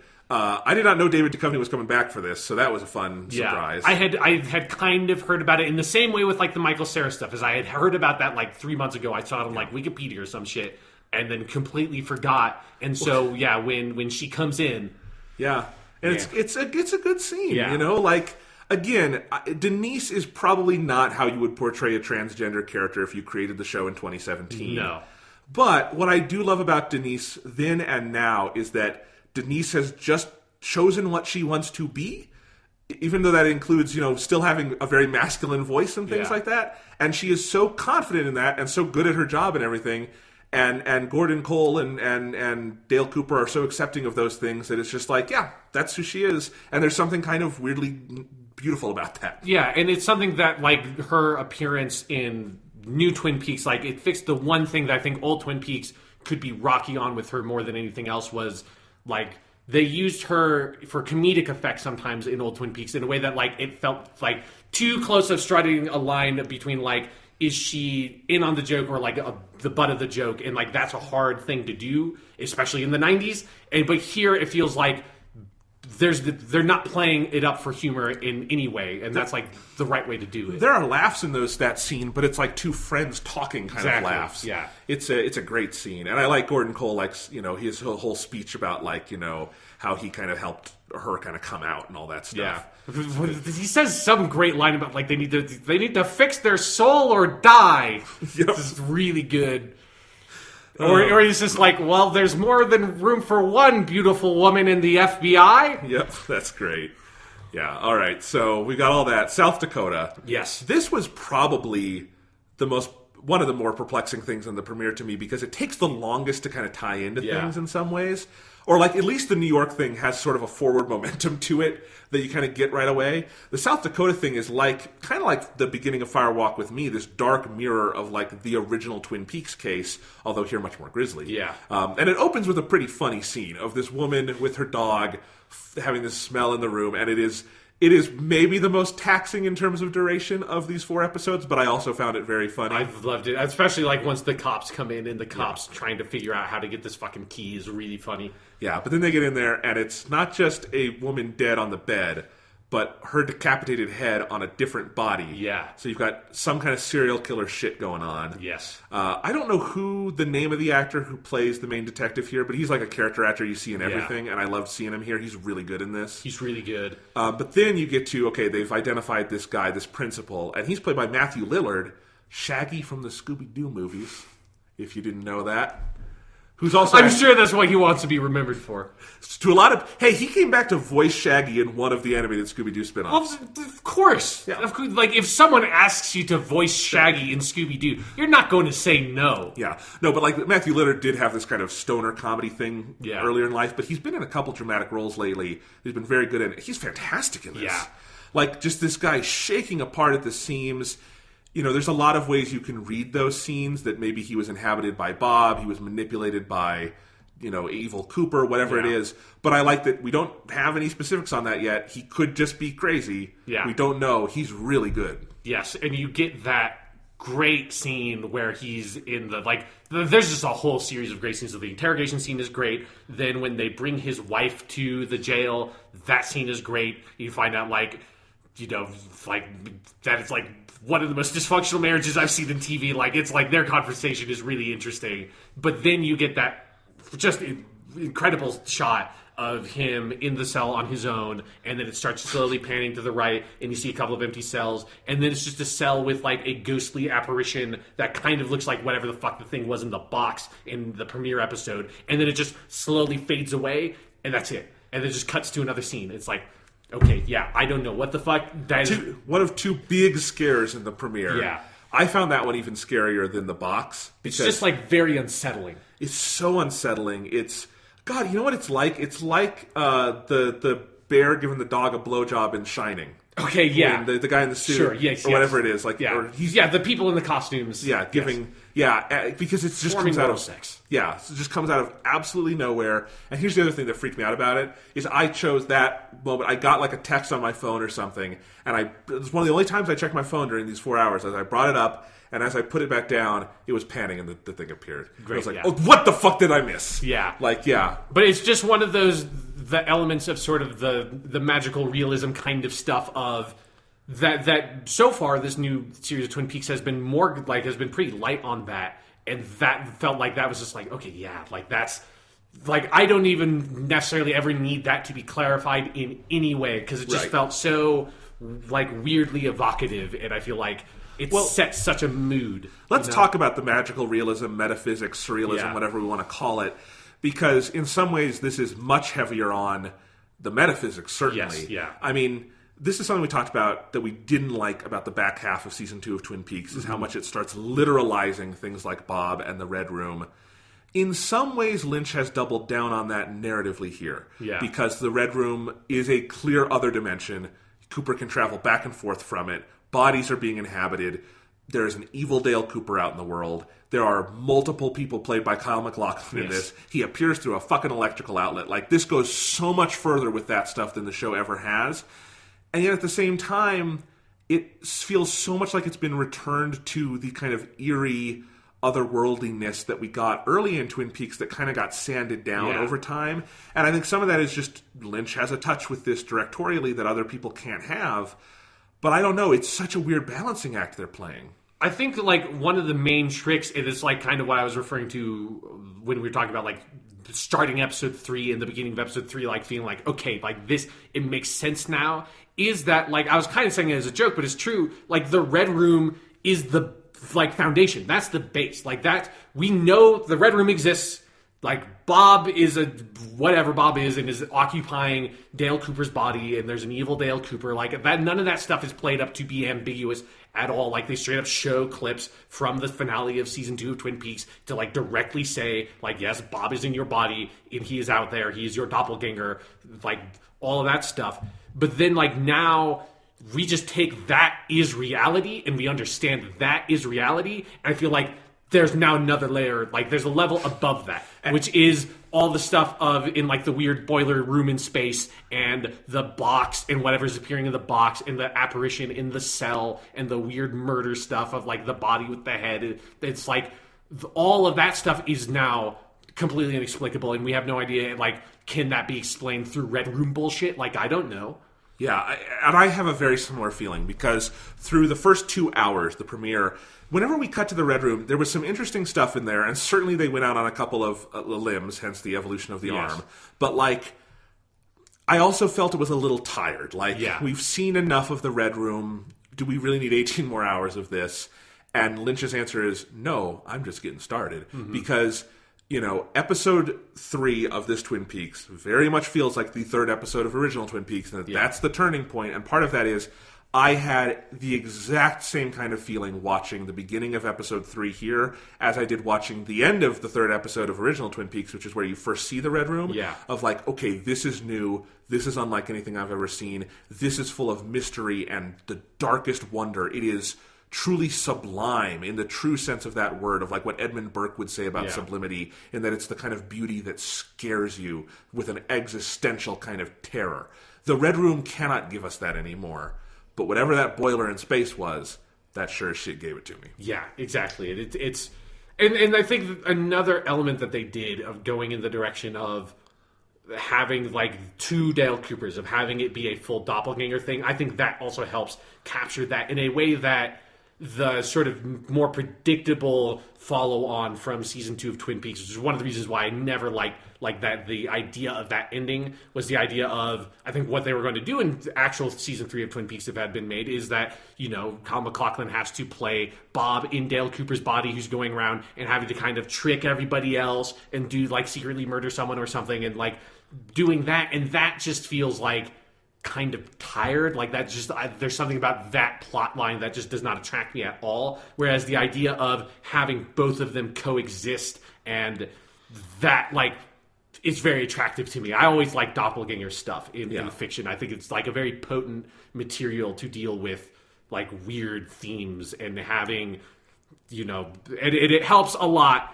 when you have an actor as talented as Kyle MacLachlan doing this stuff and going around as evil Dale and stumbling around as good Dale, and like having it sets up such a fascinating dynamic, and I'm so excited to see where that goes and how that develops, because I think they have found the best way, I think, to continue to take the ending of season 2 of Twin Peaks as literal as it should be interpreted, and then just like continue on with it, instead of doing what we suspected like one possible path would have been, which is just to completely ignore it entirely.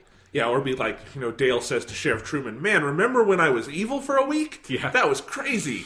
I sure am glad we managed to find the Rainbow Lodge that held access to the Ocarina of Death that allowed me to exorcise the evil spirit of Bob. That was sure a wacky adventure in the Death Dimension. Okay, I would like to go to the alternate reality where we got that scene, though, and watch it. No. Yes. But, like, yeah, it is interesting that as different as this is from original Twin Peaks, and as unexpected as so much of this is, one of the craziest things to me is how direct a continuation it is of at least that one specific plotline. Yes. So let's talk about Kyle MacLachlan. Yes, because we've talked around him for a lot. Let's dig into... Jesus, he's good in this. He is so good. He is playing so many different characters, because let's just count them. Evil Dale Cooper. Yes. You have Cooper in the Lodge, who is Dale Cooper, but he's like silent and kind of affected by this, right? He's like Dream Cooper. Yeah, Dream Cooper. You have Dougie Jones. Yeah. Who's the inimitable Dougie Jones. Who's a great little character creation for however many minutes he's on screen. And then you have, you know, Veggie Cooper, or whatever you want to call him, where he is just stumbling around and kind of an empty husk, and who knows how long that will last for. But and so then far, you have actual Dale Cooper in the clips from old Twin Peaks to remind you that of like the man he once was. And it really does feel like building the story around Cooper getting back both to Twin Peaks and to himself, kind of, is really a motivation, I feel like, to pull you through all of this, because we want him to get there. Yeah. But while he's on the way there, it's goddamn entertaining. It's so amazing. He, like, other than as Evil Cooper, he almost has no dialogue in these 4 hours. Yeah. And yet he does so much acting. Mm-hmm. He does so much beautiful, wonderful, silent acting. Especially when he, you know, those episodes 3 and 4. Oh my God. Like, David Lynch could not find a more willing participant than Kyle MacLachlan for some of the shit he asks that guy to do, like, you know, be probably suspended by wires on a green screen to fly through New York City and shit like that. It's just, he is so game for everything, and he really ties this whole thing together. You know that David Lynch must have been so exact about the exact speed that Dale Cooper was supposed to shuffle at all times. That's like, it has to be this slow. You know, like, I know it's utterly unnatural. It makes no sense. Nobody would ever, like, working at a casino, see a guy shuffle in to a casino like this at this, like, insanely slow speed and just let that happen. But you just go with it. Like, yes, 0.01 miles per hour, that is the appropriate speed to move at. It absolutely is.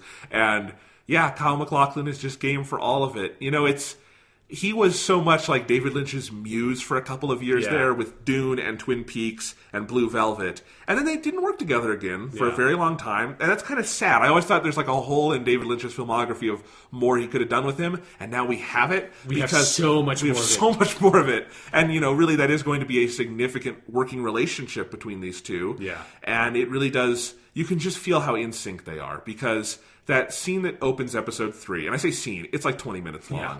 But like all of that, it is so beautifully crafted and mounted. It is one of the most sublime, crazy things I have ever seen in filmmaking, period. But really, Kyle MacLachlan does so much to tie that together and have that sense of kind of dreamy wonder at everything. And, you know, that scene couldn't work if you didn't have that actor at the heart of it. Yeah. Acting opposite a woman with no eyes and things like that. I mean, it is. I've always been astounded at his ability to act in, like, the Red Room scenes and then now this of, like, it's such a bizarre thing to ask an actor to do. That's like, you're not...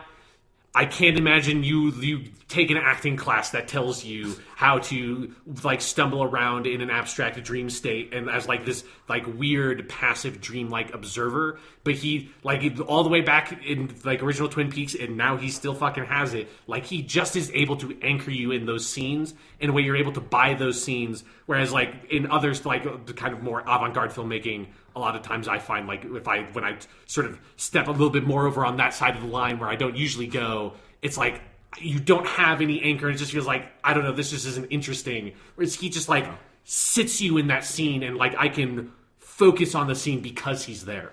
And, you know, Laura Dern is very good at that in her collaborations with Lynch. Like, Inland Empire is all Laura Dern. She's, like, in every scene. She's great at that. Naomi Watts is really good at that in Mulholland Drive. Yeah. And I was so happy to see her here. Because that's another thing. Like, she has a little voice clip in Inland Empire. But otherwise, they only did Mulholland Drive together. It basically launched Naomi Watts' you know, to stardom. Yeah. And she's so good in that. I'm so glad she gets to do more with Lynch. Who knows how big this role will be. But, like, you can feel like she's on that wavelength. Yeah. And, you know, I do think, as weird as what Lynch demands from actors, he does have a kind of surprisingly large pool to draw from of people who just get it. Yeah. And Kyle MacLachlan is definitely at or near the top of that list. Yes. So, Evil Cooper. Yes, let's talk about, like, what is...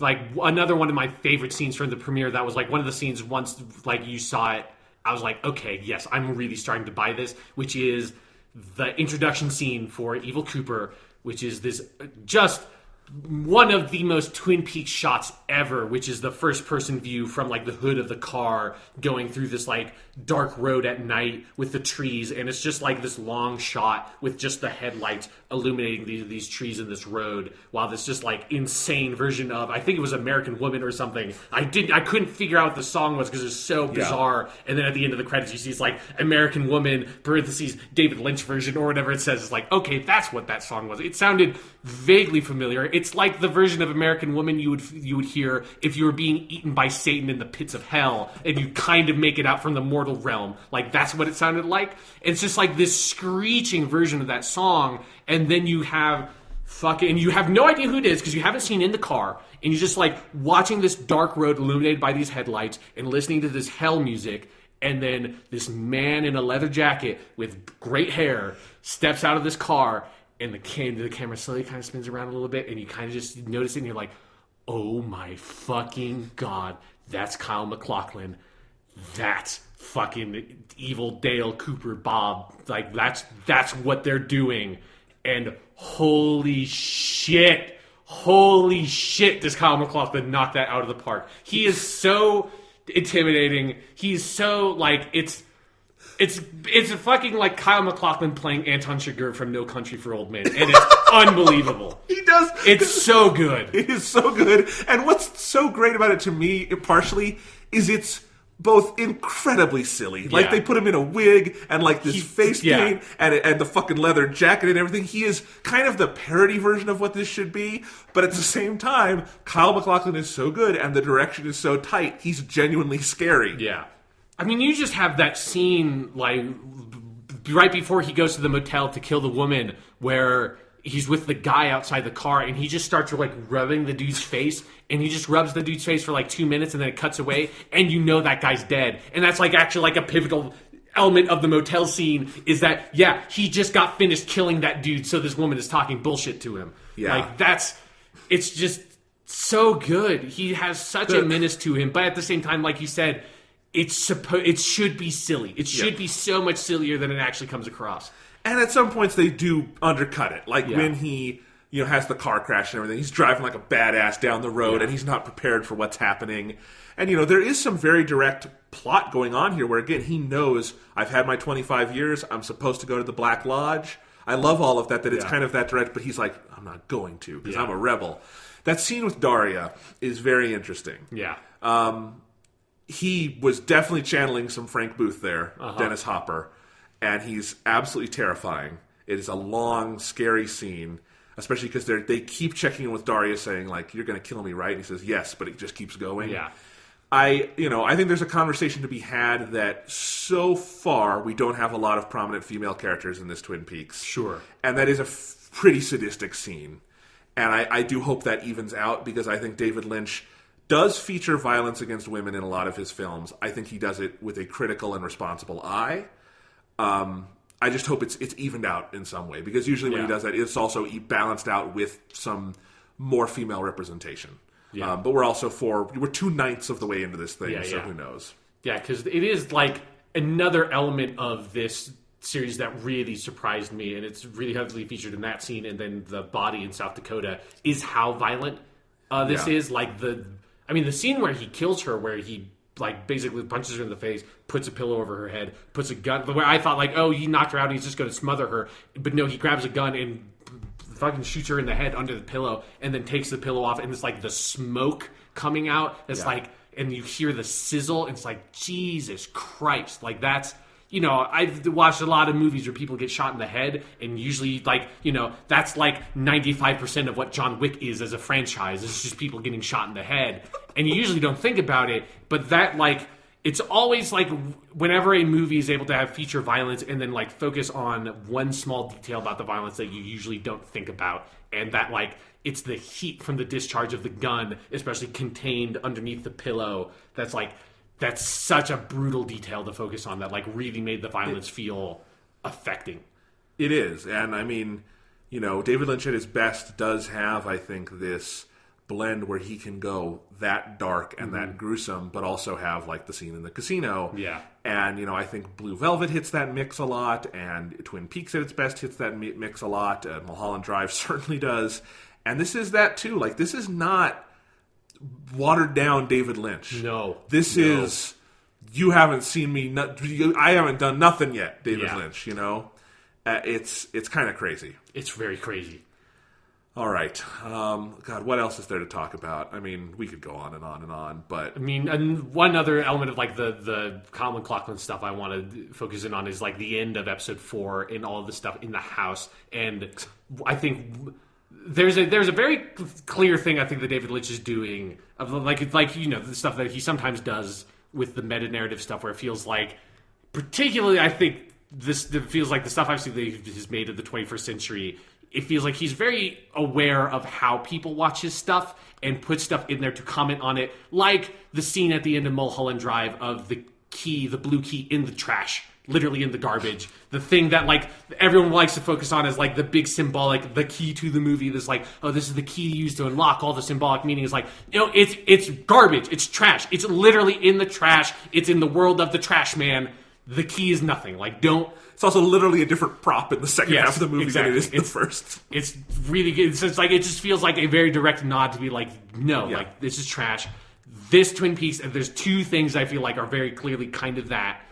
one, I already kind of mentioned it, is the frequent like presence and repetition of specific numbers that happens. It's like in the very first scene, the giant tells him, I don't even remember what the judge is, just like, remember like 48 and 31 or whatever it is, that never come up again, and there's just like the numbers in the boiler scene on the outlet that changes from 15 to 3, and then there's like the weird like drug addicted woman in this like in the house across the street from where Dougie was with the prostitute, who's just screaming out like 1098 or whatever number she screams. She just screams it like 5 times, and there's just all these utterly meaningless numbers that people are like screaming out in a way that feels like David Lynch like marathoned Lost like 2 years ago and then read like a couple of internet reactions or something to it. Is like, I'm gonna do this, and just make it so bullshit, so nothing. It's gonna drive some people so crazy trying to figure out what all these numbers mean. It's like, it's so clearly meaningless. It's so obviously nothing, but people are gonna fucking turn themselves into pretzels trying to bidding around figuring out what all these numbers mean. Yeah, David Lynch is many things. He's not oblivious. Yeah. He likes to keep a distance from the world,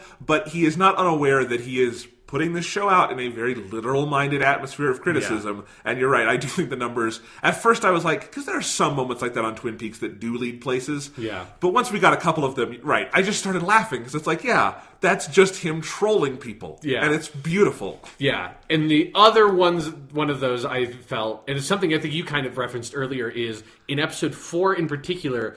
You keep on waiting for Dale Cooper to have this moment where he wakes up and becomes Dale Cooper again. And there's so many. And it's like, it even starts at episode 3 with like when the prostitute says, go on, get out of here. And he has like that flashback to Laura Palmer saying that in the Red Room, like, you can go on, you can leave or whatever. It is like, oh, he's going to put it together and he's kind of like going to come back. And then it's nothing. He's like the exact same. And then later he gets dropped off and he sees the owl in the sky. You're like, he sees the owl and he's going to be like, oh, like, never trust the owls or whatever the fuck the line was from Twin Peaks. That means nothing. The owls are not what they appear. The owls are not what they appear. Thank you. It's like, oh, it's like, yeah, he's going to put the connection. It's like, no. And then he's like, he wakes up in the morning and he sees himself in the mirror like the scene at the end of Twin Peaks season 2. He's like, this is it. This is where he remembers. It's like, no. And then the best one is that he's at the dinner and like all this scene of him at the dinner with the fucking tie on his head and eating pancakes and all this stuff is so great. And the kid just thinking his dad is being fun. Yeah. And then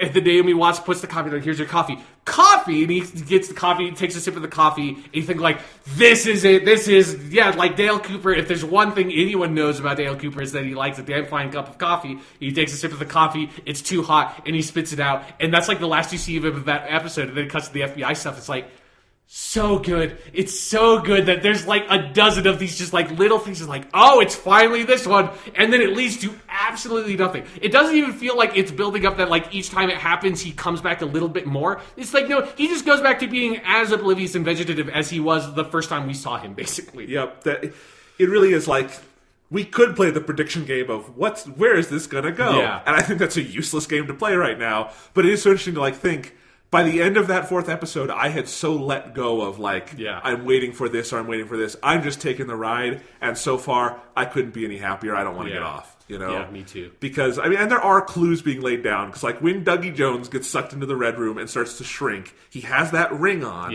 from Firewalk with Me, and he turns into this little orb.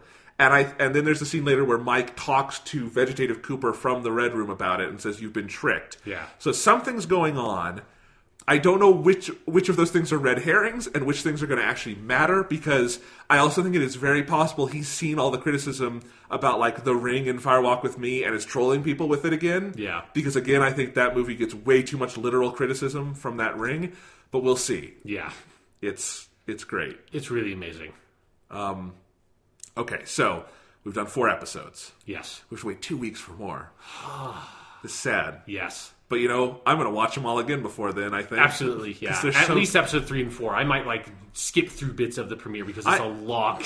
That's a lot of TV to rewatch that soon. It is, but I'll tell you, I want to rewatch 1 and 2 because I don't think I fully appreciated them in the moment. Sure, yeah, that's a good because point. I think it took me a while to get into that. But I do, it's so great. And then we're going to have, in 2 weeks, we'll have one every Sunday night.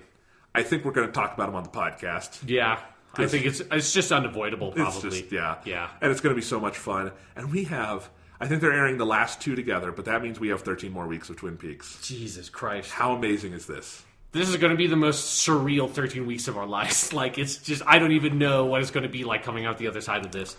But, you know, I said this on Twitter today, and it's so true to me. Like, we are in such a golden era of television. Yeah. Where there are so many shows that just by all rights should not exist. And I think that about The Leftovers on HBO. I think that in some ways about Better Call Saul, which exists because it's a spin-off of a really popular show, but it would not on its own, I think, be commercial enough to be out there. Right. And you know, just so many other great TV programs right now, and they exist because we're in this really weird model where everyone is kind of throwing cash around and vying for supremacy. But what it means is that there's kind of this pool of money out there for creators to do these amazing artistic things. It's a moment in, I think, American media kind of unlike anything we've ever had in terms of filmed media. The closest you can think of is like the 70s in American cinema, when there was this really interesting convergence for a couple of years where studios were paying for really interesting artistic visions, and that generally doesn't happen a lot anymore. It's happening a lot on TV, and this David Lynch thing feels like the peak of that, where Showtime gave David fucking Lynch a blank check to do 18 hours of TV, gave him final cut, let him do whatever the fuck he wanted, and he fucking did it. Nothing like this has ever happened. Yeah. I mean, and after his last film was 11 years ago, was the avant-garde movie that, you know, no one saw. Yeah. And was shot on a shitty camcorder. You know, like, he has never made a movie that was a commercial hit. The last time he had significant financial backing was Dune, and everyone knows how that worked out. Yes, so it's like, I do know how that worked out. Thank you very much. Yes. But, like, hey, if they weren't for Dune, we wouldn't have Kyle MacLachlan working with David Lynch. Exactly. So, no. But it's like, it is so surreal to me that these things are happening, and I do think this moment will end. I do think there's going to be a point where all these studios are going to say, like, wait, we could just make shitty superhero shows. Let's stop funding the interesting artistic projects. This is going to dissipate, and I want us all to appreciate what an amazing moment in time we are living through. Yeah, no, it really is remarkable, especially when you like think about Twin Peaks is a great example of thinking about what a miracle it is that Twin Peaks Season 1 exists at all, and how inevitable it was that show just completely imploded in Season 2. Like, it could never have sustained itself in any way.